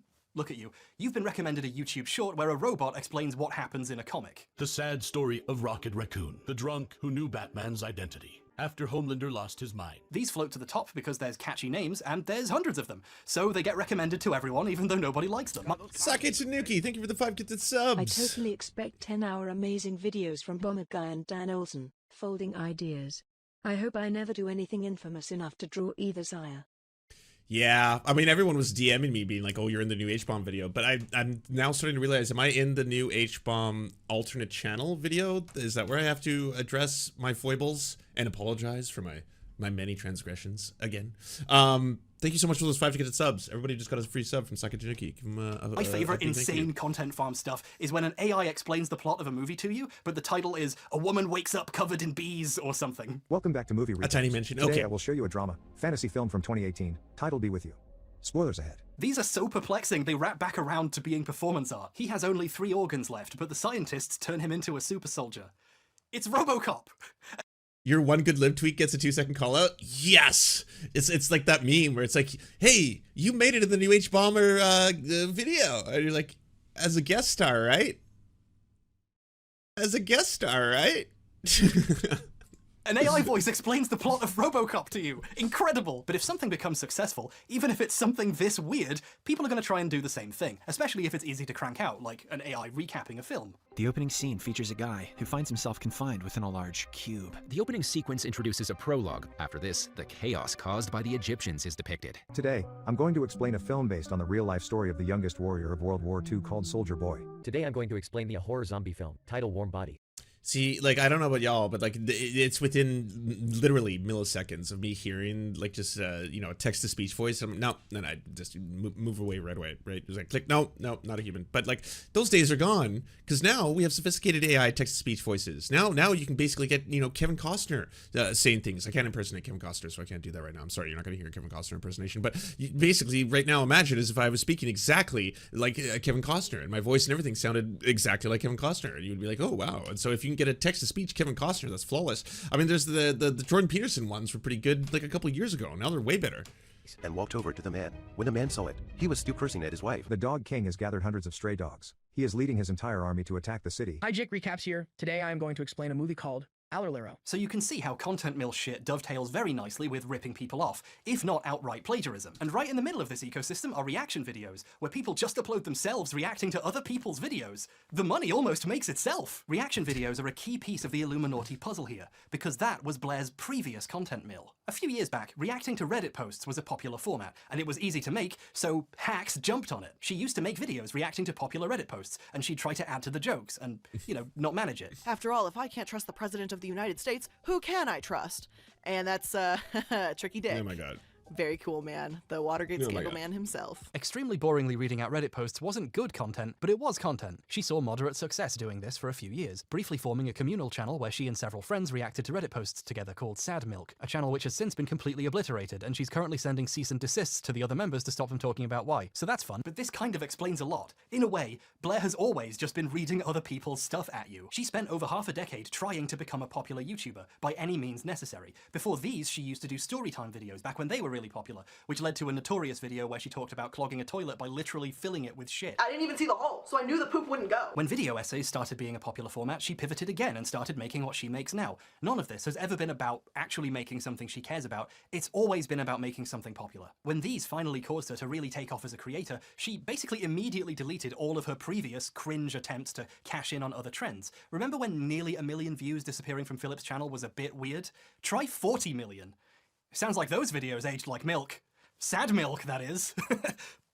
The Illuminaughtii channel is a video essay content mill. She has a team of editors helping to put out videos every other day, and she doesn't need a writer. Wikipedia's got her covered. And if there happens to be a documentary on the topic, she can just quote that 40 fucking times. The video happens overnight because she didn't have to do any work. There's a part in the vaccines video where she talks about all the documentaries she's watched as part of her research process, and I don't think she realizes she's telling on herself here. And I've got to tell you that I've seen a lot of documentaries doing research for these deep dives. The Netflix Betting on Zero for Herbalife, The Dark Side of Chocolate for Nestle, documentary series on the Hikikomori, and all the Goop episodes on Netflix, Blackfish for SeaWorld, there's a lot. No, I'm still watching This is just a confession, referencing the big documentaries on a topic of— Oh, sorry, did I get a reference already? Did I just miss the tweet?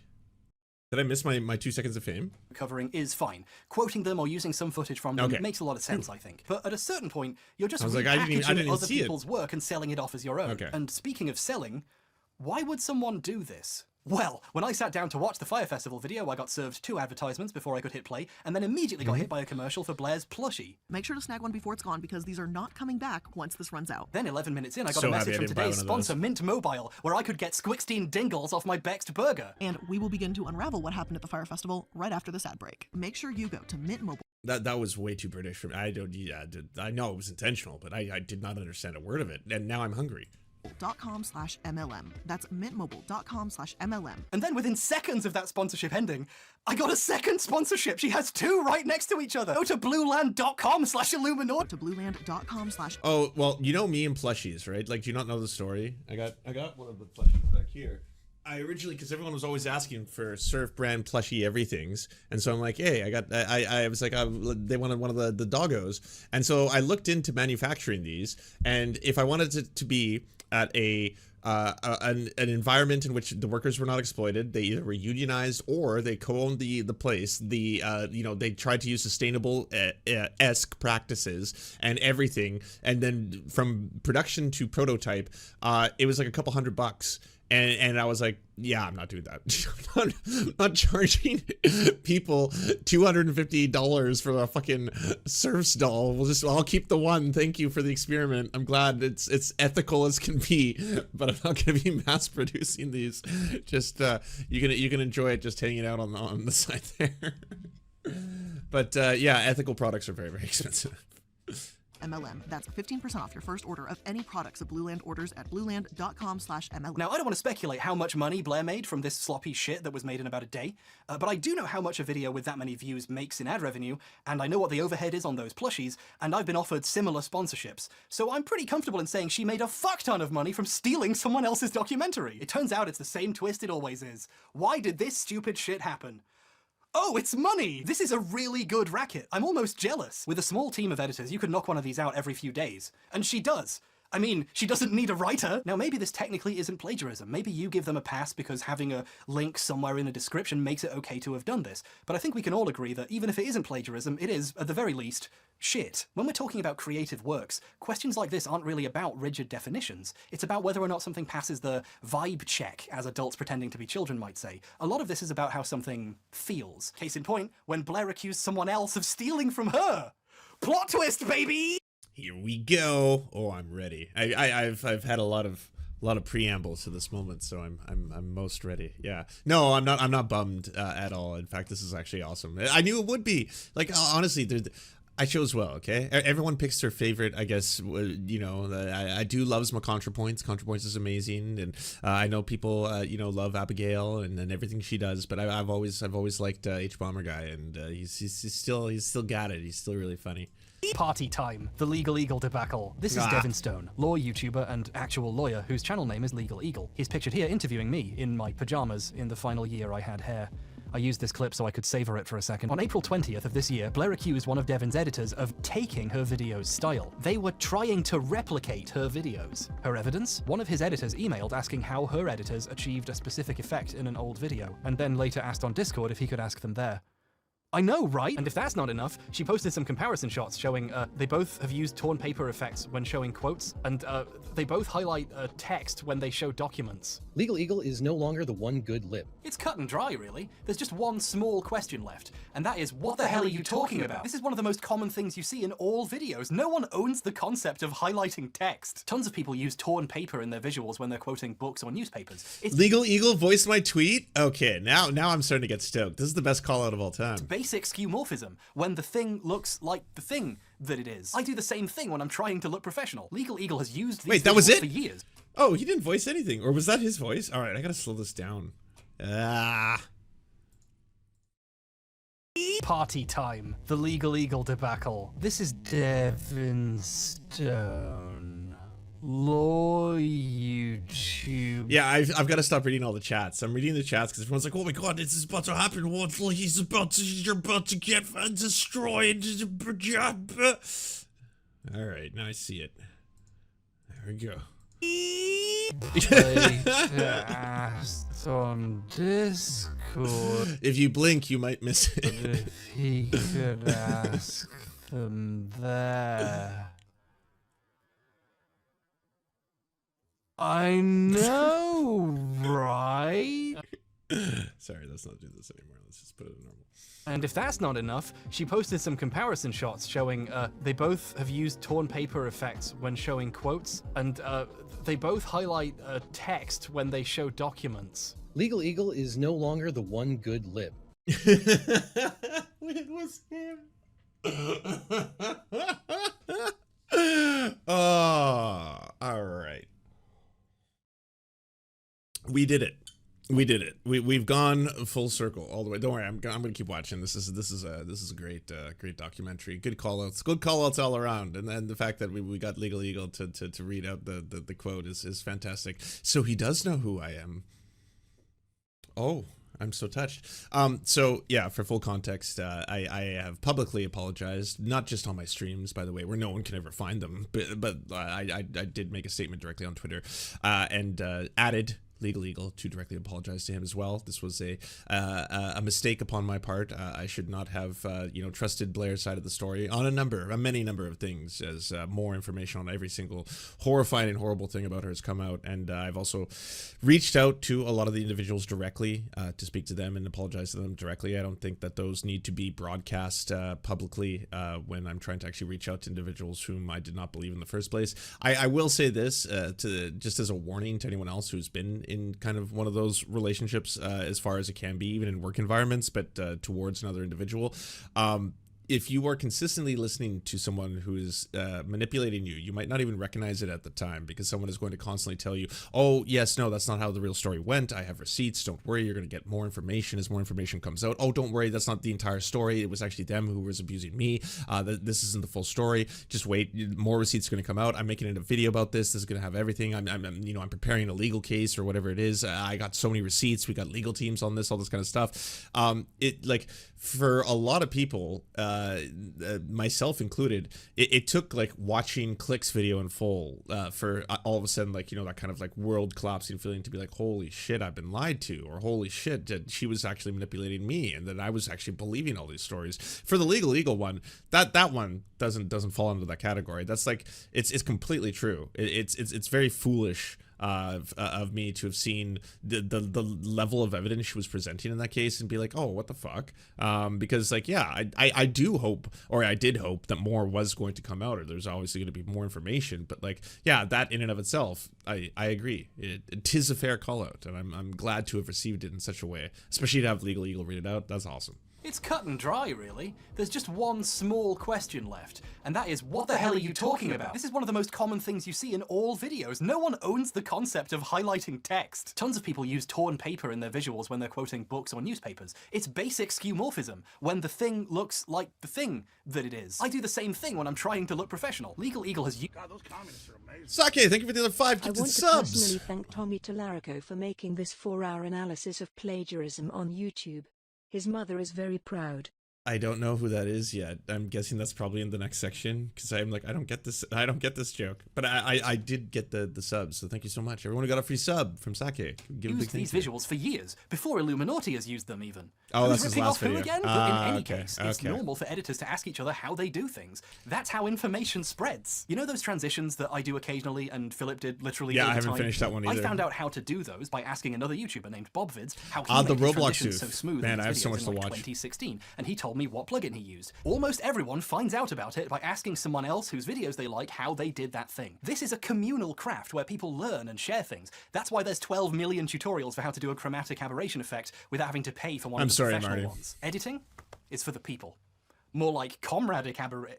No. The accusation wasn't just false, it illuminates, haha, how Blair sees the world. She doesn't really understand the concept of sharing amongst creatives because she's never actually created anything. Ripping people off is her entire business model, so she assumes that's how the rest of the industry works, just people competing to exploit each other's ideas. To this sort of person, the fundamental act of asking questions and talking shop become devious tricks to get you to give away your precious secrets about how you highlight text. Basically, this is a completely ridiculous accusation. This particular thing really annoyed me, not just as a video editor, but because I had a personal history with her videos. Here was someone whose career is built on remaking other people's hard work 3 times a week, getting extremely aggressive that someone asked someone else how they did something. I'd found the Brian Deere stuff years ago and kept it to myself because I know this might be hard to believe, I don't like randomly starting fights with strangers. But since Blair seems okay with doing that, and it was on my mind anyway since I was already working on this video, I posted a video with some examples of her ripping off Deer in a quote tweet. A lot of the reactions to my tweets seemed to show that this made people rethink how they felt about the work of someone they previously respected. And this, for me, confirms my hypothesis that whatever you call this, there's something wrong about it. Realizing how heavily regurgitated someone's work is changes how it feels to watch. Even if you like something about it, now in the back of your mind you're wondering if it's them you like and not the person they got it from. Plagiarism stains a person's work and makes it tough to appreciate even the original parts, because you'll never really know for sure again if they're original. And being the one getting ripped off feels pretty bad too, which I'm sure Blair... Yeah, I think also too, if you've successfully been able to get away with that for so long, then that might start giving you some false sense of confidence in continuing to do it. Because yeah, in hindsight, like I have no idea. If someone's asking, why would you have ever even agreed to be on the Leftist Mafia with this amount of like receipts in the background, fully knowing that if she's going to try and convince people in that circle that, oh, by the way, everyone else is lying to you. Oh, by the way, don't worry, I have evidence. Or, oh, by the way, the entire world is actually wrong, or stuff like that. I assume you have to have been getting away with this for a very long time, especially like, yeah, as multiple people have made videos on her at this point have come out to say that like this pattern of abuse was pretty clear and being done to multiple different parties. And then it's the same thing being done to newer and newer people until someone can finally expose it or call it out for what it is. understands that's why she posted all of these tweets. Now imagine how those journalists and documentarians might feel. Imagine spending your life doing painstaking research, actual investigation, going out there and interviewing people and physically finding things, not just Googling it and copying what's already there. And then imagine someone reading your words out loud in between sponsorships for dish soap, getting half of the words wrong, and not even making it clear how heavily she's relying on you to make her video. Brian Deere has had a lot of trouble with plagiarism. During the scare, Deere got sued and went to court to defend his findings. He could have lost his home in the fight to get the truth heard. So when people steal his work without crediting him properly, it's messed up. Some entire documentaries She basically firefested the Fire Festival. I just came up with that. It definitely wasn't Robert G in the YouTube chat. That was an original. Have come out which don't credit him. Channel 4 did another documentary about Wakefield recently, and they don't acknowledge that it was his work they were using. They pretend Channel 4 itself made those discoveries. They try really hard to cut Deere out of the story, and it doesn't even work. Articles he wrote and his book keep popping up in the background. Deere has been battling to have his work properly recognized for years, while other people pretend they discovered it. Deere actually put it best himself when he saw my tweet and replied to it. Sorry to drag you into this, Brian. While copying and pasting text from other people's stuff is a kind of plagiarism, it's not the only kind, and focusing on that as the only way would be a mistake that falls short of understanding the problem. Even when Blair isn't just reading other people's words, she's still gutting other people's work and selling it, and I hope I've explored that properly. I wish the story ended there so we could move on already. I had other examples I wanted to get to, I swear. But on the 28th of April, Blair released a video entitled Illuminaughtii Exposed, which contains an apology to Legal Eagle, a response to Hbomberguy's plagiarism claims, and I guess a response to the 5 other things she's currently being accused of. She seems great, and in the section intended for me, she responded to my tweet. So in the interest of fairness, let's see what she has to say. Before I get into the accusation itself, I want to address the topic of plagiarism. Hbomberguy. And that word has been tossed around a ton, and it's not something to be taken lightly. And I just want to take a minute to define this word. She begins by citing the many dictionary definitions of plagiarism, which is Very funny. On screen are definitions for the word plagiarism as defined by Merriam-Webster, Dictionary.com, and the University of Oxford. But then, she disregards all of them anyway and invents her own special definition with a loophole in it. I'm showing multiple sources defining plagiarism, but the overall definition is going to boil down to this.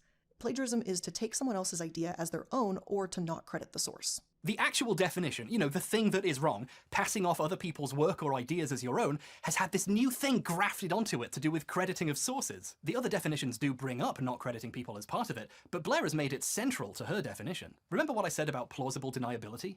This is Blair trying to cash that in. She objectively has passed off the work of Brian Deere, the Fire Festival documentarians, and countless others as her own, up to and including reading out entire paragraphs from articles without even telling you she was quoting anything. But in this new definition, as long as you hide a link in a document no one will read or mention once you used it as a source, it magically becomes not plagiarism anymore. She then gives the defense that she did cite Deere in that paste bin of hers, but her video demonstrating this actually shows why this is a cheap trick. When you go to my sourcing page for this particular episode, you can also see that the documentary is listed as a source. iilluminaughtii's paste bin full of disorganized links is embarrassing to watch her scroll through. I assume she was trying to show how easy it is to find the documentary in her list, but then she couldn't find it. She cited it as a contextless YouTube link, so she has to have text appear on the screen saying which of these sources was the documentary. What really surprises me about the response is how deliberately manipulative it is. She makes a big show of how thorough she's being in her response. With that definition being clearly identified, let's go ahead and take a look at what Harris brought to the Twitter table. She shows my tweets about the situation, obviously, and she reads them all out, which makes sense. She's used to reading people's words for a long time, but she doesn't show the video she's actually responding to. Harris posted this video saying, and I quote, "Personally, at Illuminaughtii, I would define plagiarism as something a bit more specific. For example, copying someone else's documentary directly into your script." End quote. After slowly and painfully reading out the entire surrounding context, why doesn't she show any of the video?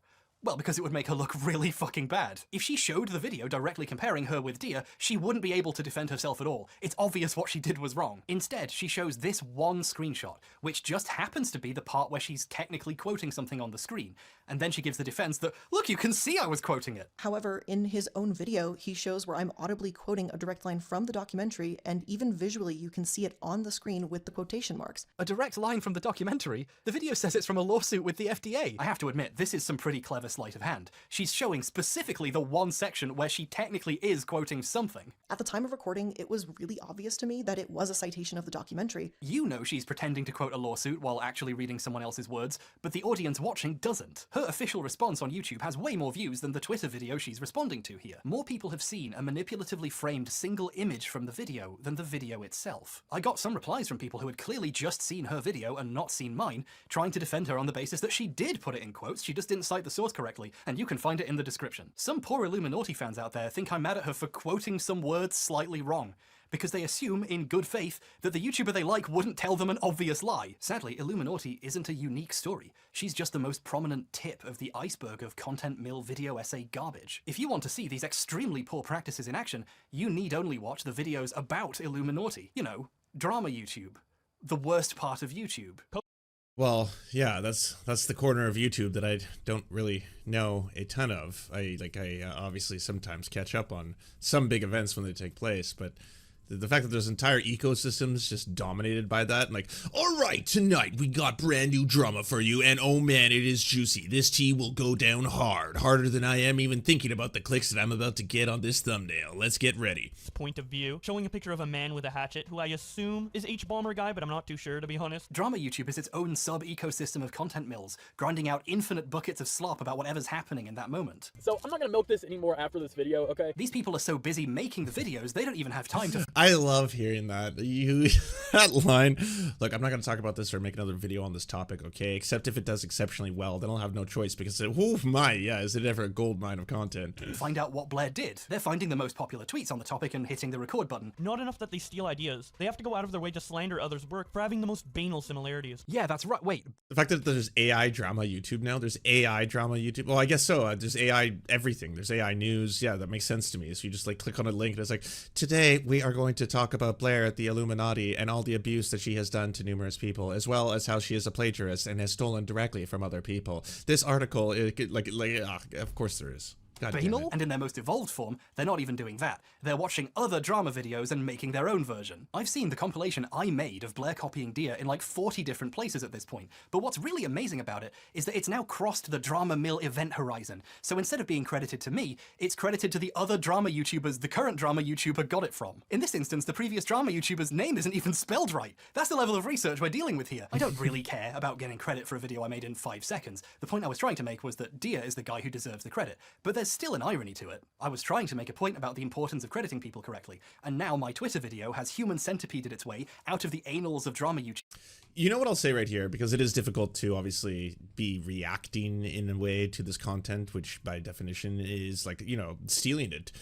Depending on how you're going to upload it, is it going to be transformative? Lance, are you going to upload this without any edits, or are you just going to upload the parts where you obviously are talking about specific elements of it, and are you doing that in service of ripping off Hbomberguy in pursuant of, you know, talking about this very topic? Look how meta things have suddenly become.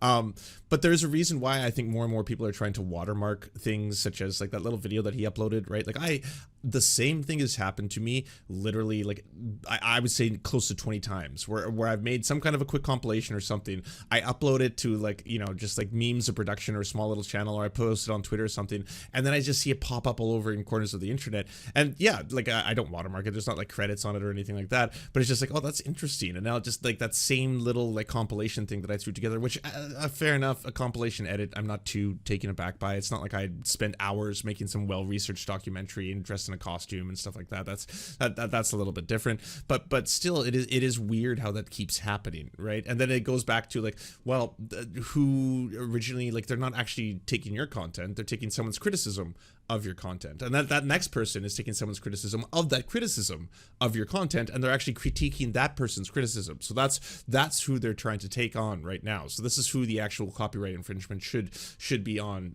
or maybe the original person who did it based on what you did, that first person.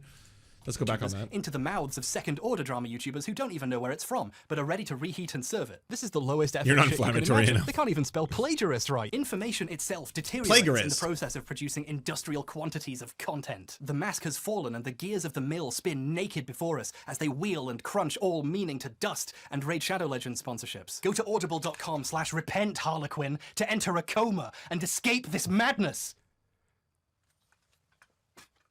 Anyway, thank you for taking the time to reply, Blair. I disagree.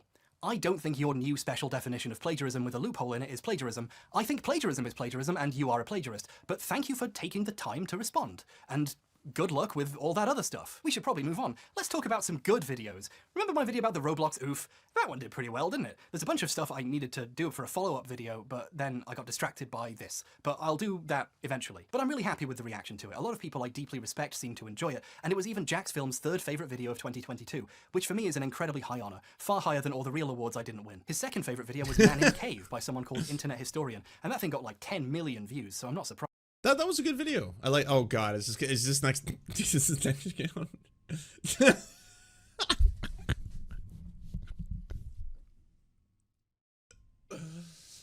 Oh, it would be less embarrassing if I didn't keep falling for the traps in real time.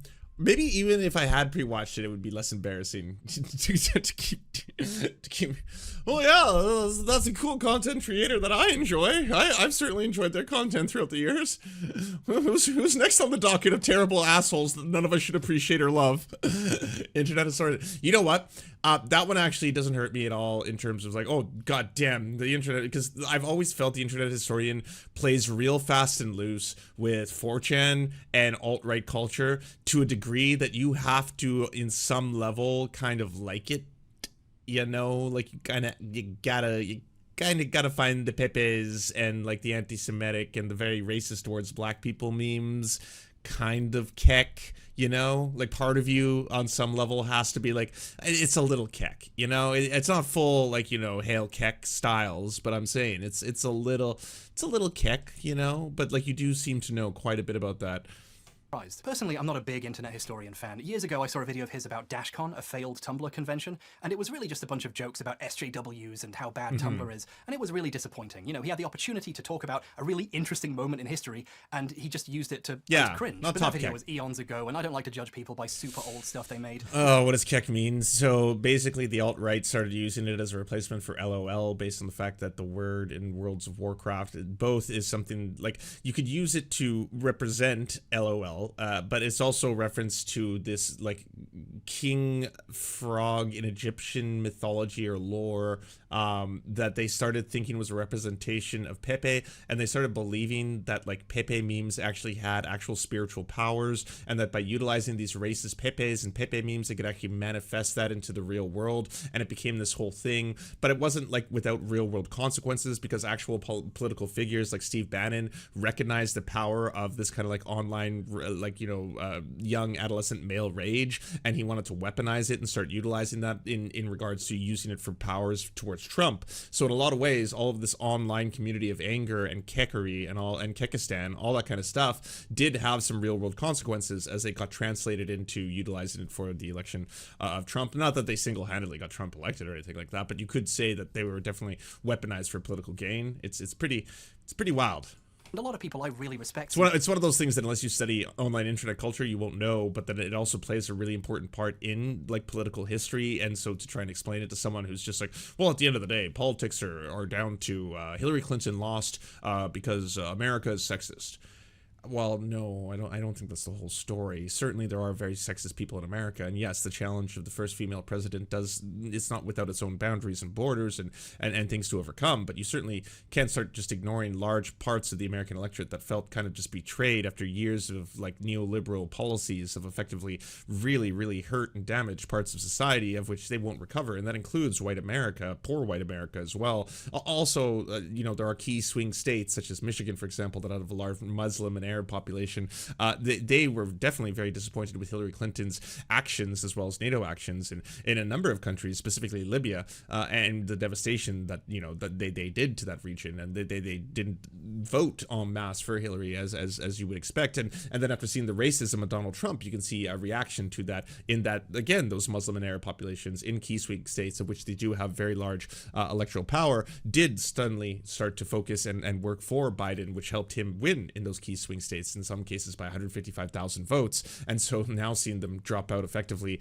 with his whole, you know, genocide good policy is probably going to really hurt him unless something is done to course correct that.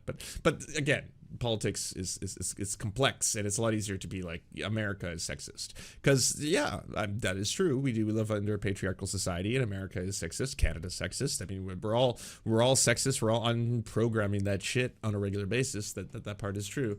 To like him, so I'm sure he's way better now. Anyway, let's finally watch Man in Cave and see what the hype is all about. No, I mean it. Pull up your phone, open up Man in Cave, and let's watch it together. No, just type Man in Cave. It's the top one. It's got 10 million views. Oh, you can't find it? It's not there? As of present recording, Man in Cave mysteriously disappeared months ago and has yet to reappear. Oh. What happened to Man in Cave? Oh. Man in Cave is about Floyd Collins, a cave explorer who in 1925 got trapped in a cave. Nice one, Floyd. The video is an hour and 10 minutes long and pretty detailed, covering the events hour by hour as they happen. What a unique way of telling the story. The video implies a deep level of research and understanding. Recurring, thank you. Next week on Hbomberguy, Mike Figueroa.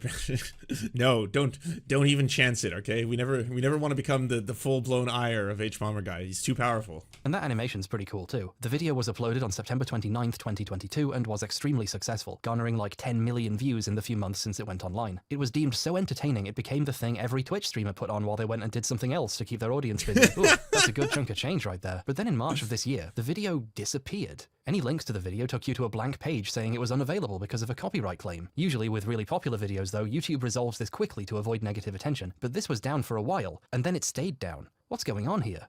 Let's look into this a bit. This video is no longer available due to a claim by Pro Sportority Limited, doing business as Minute Media. That's what DBA means, by the way. I'm so clever. Minute Media is a publisher of digital content. One of their brands is Mental Floss, a digital news and entertainment site, which also has a YouTube channel. So, did he use some of their copyrighted images or the YouTube channel's footage? Well, it doesn't look like the channel has ever covered Floyd Collins. The Mental Floss website, however, has. In 2018, Lucas Riley wrote a story about the 1925 cave rescue that captivated the nation. Uh-oh. This article is an extremely detailed summary of the story of Floyd Collins. Uh-oh. In fact, it makes the unique choice of covering the events hour by hour. Oh, he didn't. He did not just— Floyd tried to breathe calmly. His left arm was pinned underneath his torso, his right wedged by the rock ceiling above. Beneath him, sharp crystal shards dug into his skin. When he did attempt to shuffle, more gravel and rocks would tumble from above and pile onto his feet. He should try untying his shoes, said one. No, we should send him down with a contortionist who's got a mallet and a chisel. Hey, how about using dynamite? One clique formed, insisting that it was a great idea, till they started arguing about gas torches. It was very entertaining. But by far, the most common suggestion, of course, was amputation. And to me, I kind of had hope because I was watching it and I was thinking to myself, well, this could be a good turn for the internet, like, historian. Maybe he'll stop doing all these kind of like pro alt-righty kind of like, you know, these memes are fucking hilarious. Look how much we really like, you know, own. Well, they own them, not me. I didn't do it myself. I didn't participate, but it's super hilarious. Watch. Look at all these racist people do all this racist shit. Isn't this fucking funny? Like, they started to move from that till suddenly he was talking about like what happened in like a cruise when it you know, accidentally capsized in Italy. And then you're like, okay, so you're doing like a little bit more in-depth historical stories. Maybe you're going to pivot into this. Maybe this is going to be where you go. And then this one came out. I was like, this one was very well done. Looks incredibly well researched. I didn't know anything about this story. Was the first time I learned anything, and turns out the whole thing was stolen. He removes his suit, drapes himself in coveralls, and grabs a lamp. Whoa. But Floyd didn't really answer any of his questions. Yeah, the Costing Concordia video. In fact, he was incoherent. So Miller took a few mental notes, and he left. Somehow, Homer mustered the strength to altogether wrench the cord from the other men's hands. The rope went slack. Homer, Floyd, and the rope lay limp on the cave floor. That's true, Rohak. It was well written and researched, but just not by him. By, yeah, someone else who'd already done all the work for you. So why worry about that? No progress had been made.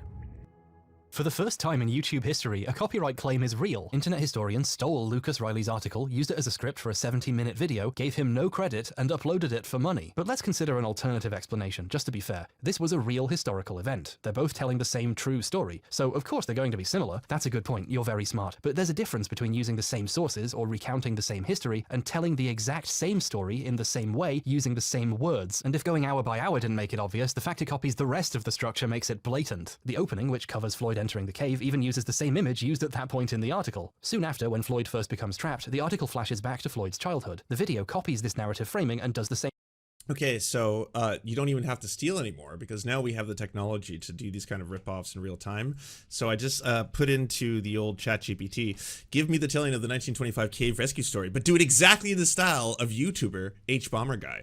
Opening with energetic music and a flashy intro.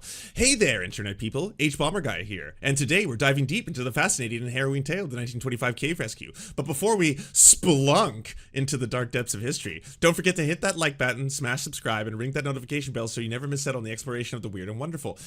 Flawless. Exactly his catchphrases. He says that every single time. Don't forget to hit the like button. Don't forget to hit the like button, smash subscribe, and ring that notification bell so you never miss out on the exploration into the weird and wonderful. Cut to dramatic reenactment of the cave exploration.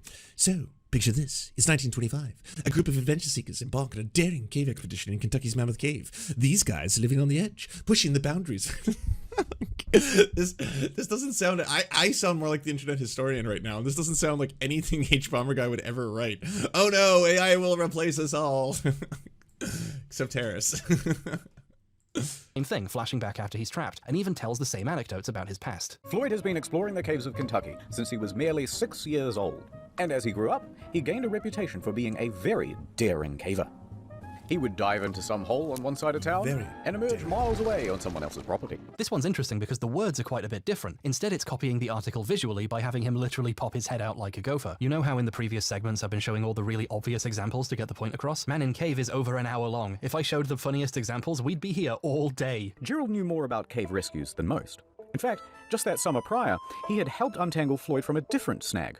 Everybody was shaken by the experience. Burden fainted as he crawled towards the exit. Most of the other men had to be carried away. World of Tanks is not only the best game I have ever played. Okay, that one was a joke, sorry, I couldn't resist. There are some differences between the two, though. Internet Historian's video has mistakes. He gets the weight of the rock pinning Collins' leg down wrong. He says it's 33 pounds, while the article lists 27. Every credible source I can find has it listed as around 27 pounds, give or take, and the Wikipedia page lists 26. The rock weighs about... What, are you doing actual research? You don't have to. You can just read the article. Or type in the style of YouTuber Hbomberguy into ChatGPT. You'll get the exact article like you want. 26.5 pounds. How do I know this? We still have it. We've weighed it. It's 26.5 pounds. How did he make this mistake when all his sources, including the one he was plagiarizing, say otherwise? It's almost like when he was loosely rewriting the script to seem more original, he accidentally changed some of the facts of the story. Or maybe it was on purpose. It's slightly harder to say it was plagiarized now. I mean, how could he be ripping anyone off if he got the facts wrong? Man in Cave is also a little confused about the fucking cave? In 1917, Collins discovered a beautiful cave full of stalagmites on his family's land, which he named Crystal Cave. They tried to turn it into a tourist attraction, but this didn't pan out. He then tried looking for a new cave on his neighbor's property, and this is the cave he got trapped in while clearing out, which was later named Sand Cave once he became trapped. This is covered in the article as well as being common knowledge about this story. Internet Historian treats them like the same one cave and calls it Sand Cave. So now the story has insane shit, like Floyd advertising Sand Cave to tourists, which literally never happened because he died in it before it could open for business. That's what the story is about! This isn't nitpicking. Okay, it is. But this is the cave in Man in Cave. It would be nice if he got the cave right. This is the place most people my age are going to learn about Floyd Collins, and it's a shame they're learning history that's not true. Here's a funny thing I noticed because I'm one of those weird cave people. We prefer the term amateur speleologist, but he keeps using this picture to represent the grotto Floyd is trying to reach. On the other side is this. Until he found this hollow. This isn't a picture of that hollow. There are no pictures. No one's even seen it. But I mean, the whole thing's a cartoon animation, right? And the whole thing's plagiarized too, so I don't know if we're gonna really get the facts on the ground. Apart from Floyd. And because I'm insane, I recognize this picture. It's from the website of Crystal Onyx Cave in Kentucky, which is about 12 miles away from the Mammoth Cave system the video is talking about. This cave is often confused with other nearby caves because the names are similar and they're so close by. So it's an understandable mistake to use this image instead of one from the right cave system. But I do find it really funny a picture being used to represent part of Mammoth is from a site whose title reads, "We're not Mammoth." Like, they tried to warn you, buddy. And I saw people congratulate this video for the effort that went into it. I assume they're talking about the animation, which is pretty decent. Internet Historian's team did a good job with this, especially considering its length, a compliment I've received myself many times. That's one reason why this is all so disappointing. This could have been good and not been stolen. We can do both. Riley is a really talented writer and researcher. He was the articles editor for Mental Floss back when it had a physical magazine, with folks who worked on it calling him its beating heart. Riley is a very well-regarded, award-winning writer with a skill for telling gripping stories, and I can tell Internet Historian agrees with me. So it's a shame he gave him no credit for his work, even as it contributed to what must have been a huge amount of income for him. Doubtless more than Riley ever made for writing it in the first place. Internet Historian sometimes cites his sources when they come up. He'll have text saying where it's from, and that's a good practice. But this makes his choice to never cite or mention Riley obvious. He's trying to hide it. Sometimes the way he tries to look like he's done research and wrote this video himself is very funny. There's a bit where he's reading the article out loud, as usual, then pauses and acts like he's about to read something else and just keeps reading the fucking article. Near the final squeeze, large cracks had formed. The ceiling was beginning to droop. Alright, so the following is a recounting of events from one of Carmichael's men, Casey Jones. Casey and another worker spent about an hour in the cave, but he heard Collins moaning ahead, so he pushed himself on. He managed to make it through the squeeze and he arrived at the 10-foot pit. Seeing Floyd trapped, he tried to ignore the pebbles that were tumbling behind him. Internet Historian wants you to think he's telling you a story he made after doing a lot of research. He doesn't want to read you a good story he found. He wants to pretend he wrote it. But this, the obvious fact it's plagiarism and it's wrong, that's the easy stuff. What's interesting is what happened next. I've been standing on my feet for ages. I'm gonna have a sit down. That's better. This is my living room where I keep all the books I pretend to have read, and also my board games. Yes, I'm one of those people. I even have a board game about caving. This is quite hard to find nowadays, so I had to get it from Germany. They love board games there because they're not afraid to look one another in the eye. I can't wait to spiel this cave game. For my money, that's the best joke I've ever written. Hold on, we're doing a video about plagiarism. Let's get this set up properly. But then, this is a whole style of video now, and by style, I mean one person did it first and then a bunch of boring people ripped her off. Stealing from lots of places is inspiration, but stealing from one place is plagiarism, unless you call it the bread tube style. Wait, so bylighting has been cancelled? before I've even started my whole foray into bi-lighting. You know what? I was gonna go into pan lighting anyway, so I'll just jump right over and go right into pan. It's gonna be better color scheme anyway, so it'll work out. Yeah. And then it's fine. I don't even know what a bread tube is. I just woke up one day and was told that I was in it and that people hated me for being in it. I don't even know what it is. Anyway, when someone from Mental Floss noticed the plagiarism and filed a copyright claim, Internet Historian tweeted about the video's disappearance, but in a kinda suspicious way. He obviously knew why it got claimed, but he chose not to say why, so his audience could freely speculate amongst themselves for hundreds of posts about all the ridiculous reasons YouTube takes things down. Some of them noticed Pro-Sport Authority is based out of Israel and got anti-Semitic about it, but ironically, so it's fine. What an interesting audience he's built. All this needless speculation has helped to create a smokescreen. People are super strange that you've covered so many events that were taking place directly in the alt-right and had a lot to do with, like, you know, fucking 4chan culture and stuff like that, and then suddenly your fans happen to replicate that in the way they act, and then they actually do the anti-Semitism. How does that even happen? Surprise. Assume the video was taken down for a bullshit reason, and there is no clear explanation, when there is one, and he didn't give it to them on purpose. Internet Historian has taken videos down before. A lot of them, in fact. Like, dozens. None of these seem to be because of plagiarism. He says he just doesn't think they're very good anymore. I think he got a bit of what we in the business call trolls remorse. Like, oh, maybe this video was inappropriate and normal people would judge me for it. And he got rid of that video that's just a bunch of Tucker Carlson clips and reading a hentai in an extremely racist Japanese man impression. That's not advertiser friendly, and we want those World of Tanks bucks, don't we? But since his fans are, you know, normal cool people, they saved all those old videos, and there are several channels dedicated purely to re-uploading all his old inconvenient stuff. And some of them tried to re-upload Man in Cave and instantly got hit with a copyright claim as well because the video is in YouTube's system now. Here's a screenshot that was posted of one of these claims. The infringing video Okay, that's funny. Come on. Think about the amount of stuff that's going on here. You went through the trouble of basically being like, oh shit, they're gonna like find out how alt-righty I was in the past, and they'll be super upset about that, and I'll get in a lot of trouble. So I don't want that. So why don't I delete all my videos, keep all my nice brand sponsors, and hopefully no one ever re-uploads again. But they're like, no, you are our Kek Lord. You were the king of Kek. You will not defeat Kekistan. We will resurrect you. And they're getting copyright strikes in their fucking pursuit of that. I mean, come on, this is Fash versus Fash. Blatantly and unlawfully plagiarized verbatim text from our article, and the placement, pacing, and presentation of content is almost identical to the article. Speaking from experience, normally claims aren't anywhere near this detailed. The article's owners— Lance will shock you by reading YouTube comments and acknowledging this chat occasionally. There's my magic trick, I did it. Are not messing around. I'm actually here. This is how we found out about the plagiarism. Kat was browsing her drama Reddits, as she does a lot, and she saw a post with this smoking gun in it. It's amazing how easy it is for a story like this to not get spread to a wider audience, even when it's for a video this popular. The furthest the story has got so far is a thread proving it, just sitting in a random subreddit with like 90 upvotes. If Kat hadn't seen this, I wouldn't be talking about it, and you wouldn't know it happened either. So thanks, Kat. You're so cool. I love you. Most YouTubers in this situation would fight a copyright claim publicly, arguing their case where everyone could see it, which would force YouTube to take notice and do something about it. People at YouTube on Twitter all the time and get responses and see things fixed. I once tweeted randomly about an old test video I deleted getting copyright claimed somehow. I didn't even at YouTube about it, and they still found it and asked me for more information. They're pretty diligent about responding to people messaging. Whoa, hey. 2. That's 2 references. This one not being shitty. Aha! Yeah, that's right. It's been a good day. This is a good video. Yeah. This happened, by the way. This was a real thing that happened. I actually have had 2 channels deleted completely off the internet. The first one was the Serfs TV, just gone. I only had like 5,000 or 7,000 subs around there. But I just done videos on PewDiePie and Joe Rogan, and I guess one of those 2 fan bases, once that video started going a little viral, suddenly got real mad and flagged the channel for scams, spams, and malpractices. And I was like, well, that's weird, but sure, okay, you do you. And then a whole bunch of people, including, I don't know if Hbomberguy, yeah, I think he was. I think Hbomberguy, you know, all these huge names who were just like obviously heroes, like Hassan, Majority Report, they were all just like coming out of they were all in solidarity, being like, hey, how could you delete this channel?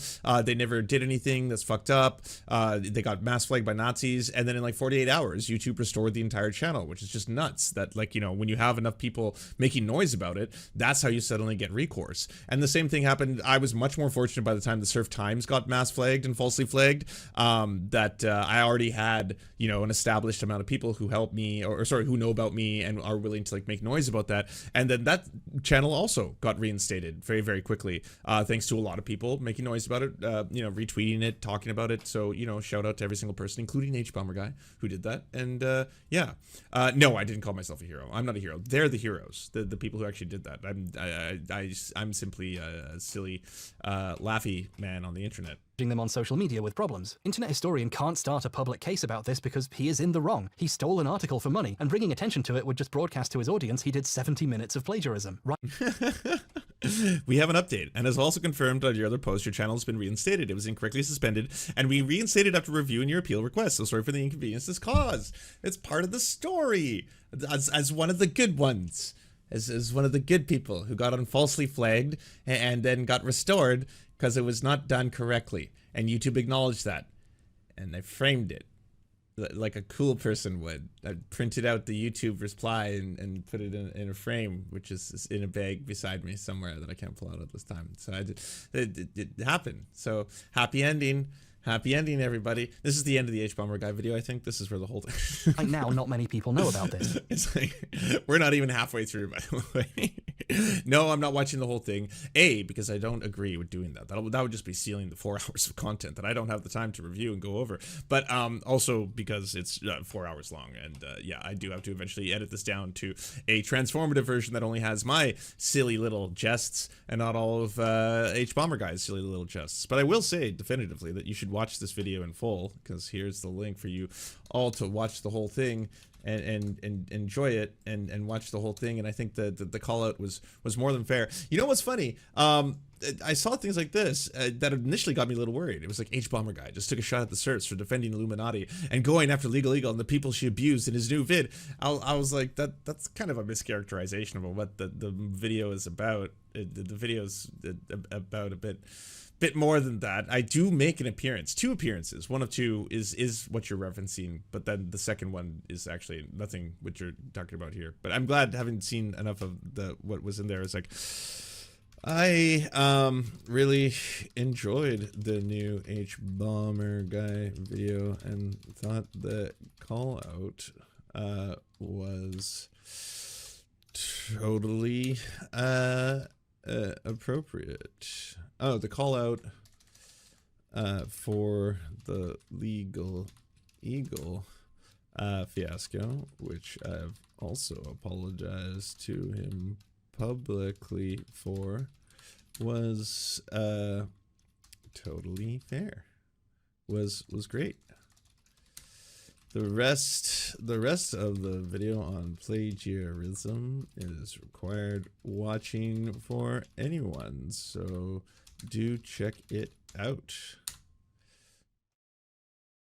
Check out Was for Legal Eagle fiasco, which I've also apologized to him publicly for. It was great. Great and deserved. The rest of the video on plagiarism required watching for anyone, so do check it out. But bam!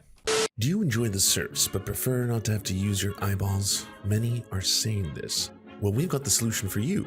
It's the Serf Times in podcast form. Available on most major podcasting networks now. If you enjoy it, please consider leaving a good review and feedback, because it really helps the show out, apparently, and it's free, just like the podcast. Thank you so much for watching, everybody. This show is produced by amazing people like you, and if you want to help us out, please consider donating over at patreon.com/theserfs. The show is made possible thanks to Amazing Fletch, Anna Loves Riley, Ariane McCarthy, Cheryl Alvarez, Doug Cady, Everything Important, Hagbard Celine, Lamidia Panza, Matthew Scarborough, Multimondi, Omni, Peanut Butter Blondie, Political Pappy, Quiet 185, Rachel K, Riley and Anna, Roller Dragon, Ruby K, Sir Nickus, Spinach Monster, Stellar Vision, Sebastian Demo, Tech Tink, Trevbot EXE, Words Greenwood, and not to mention all of the amazing and fabulous people you now see before you.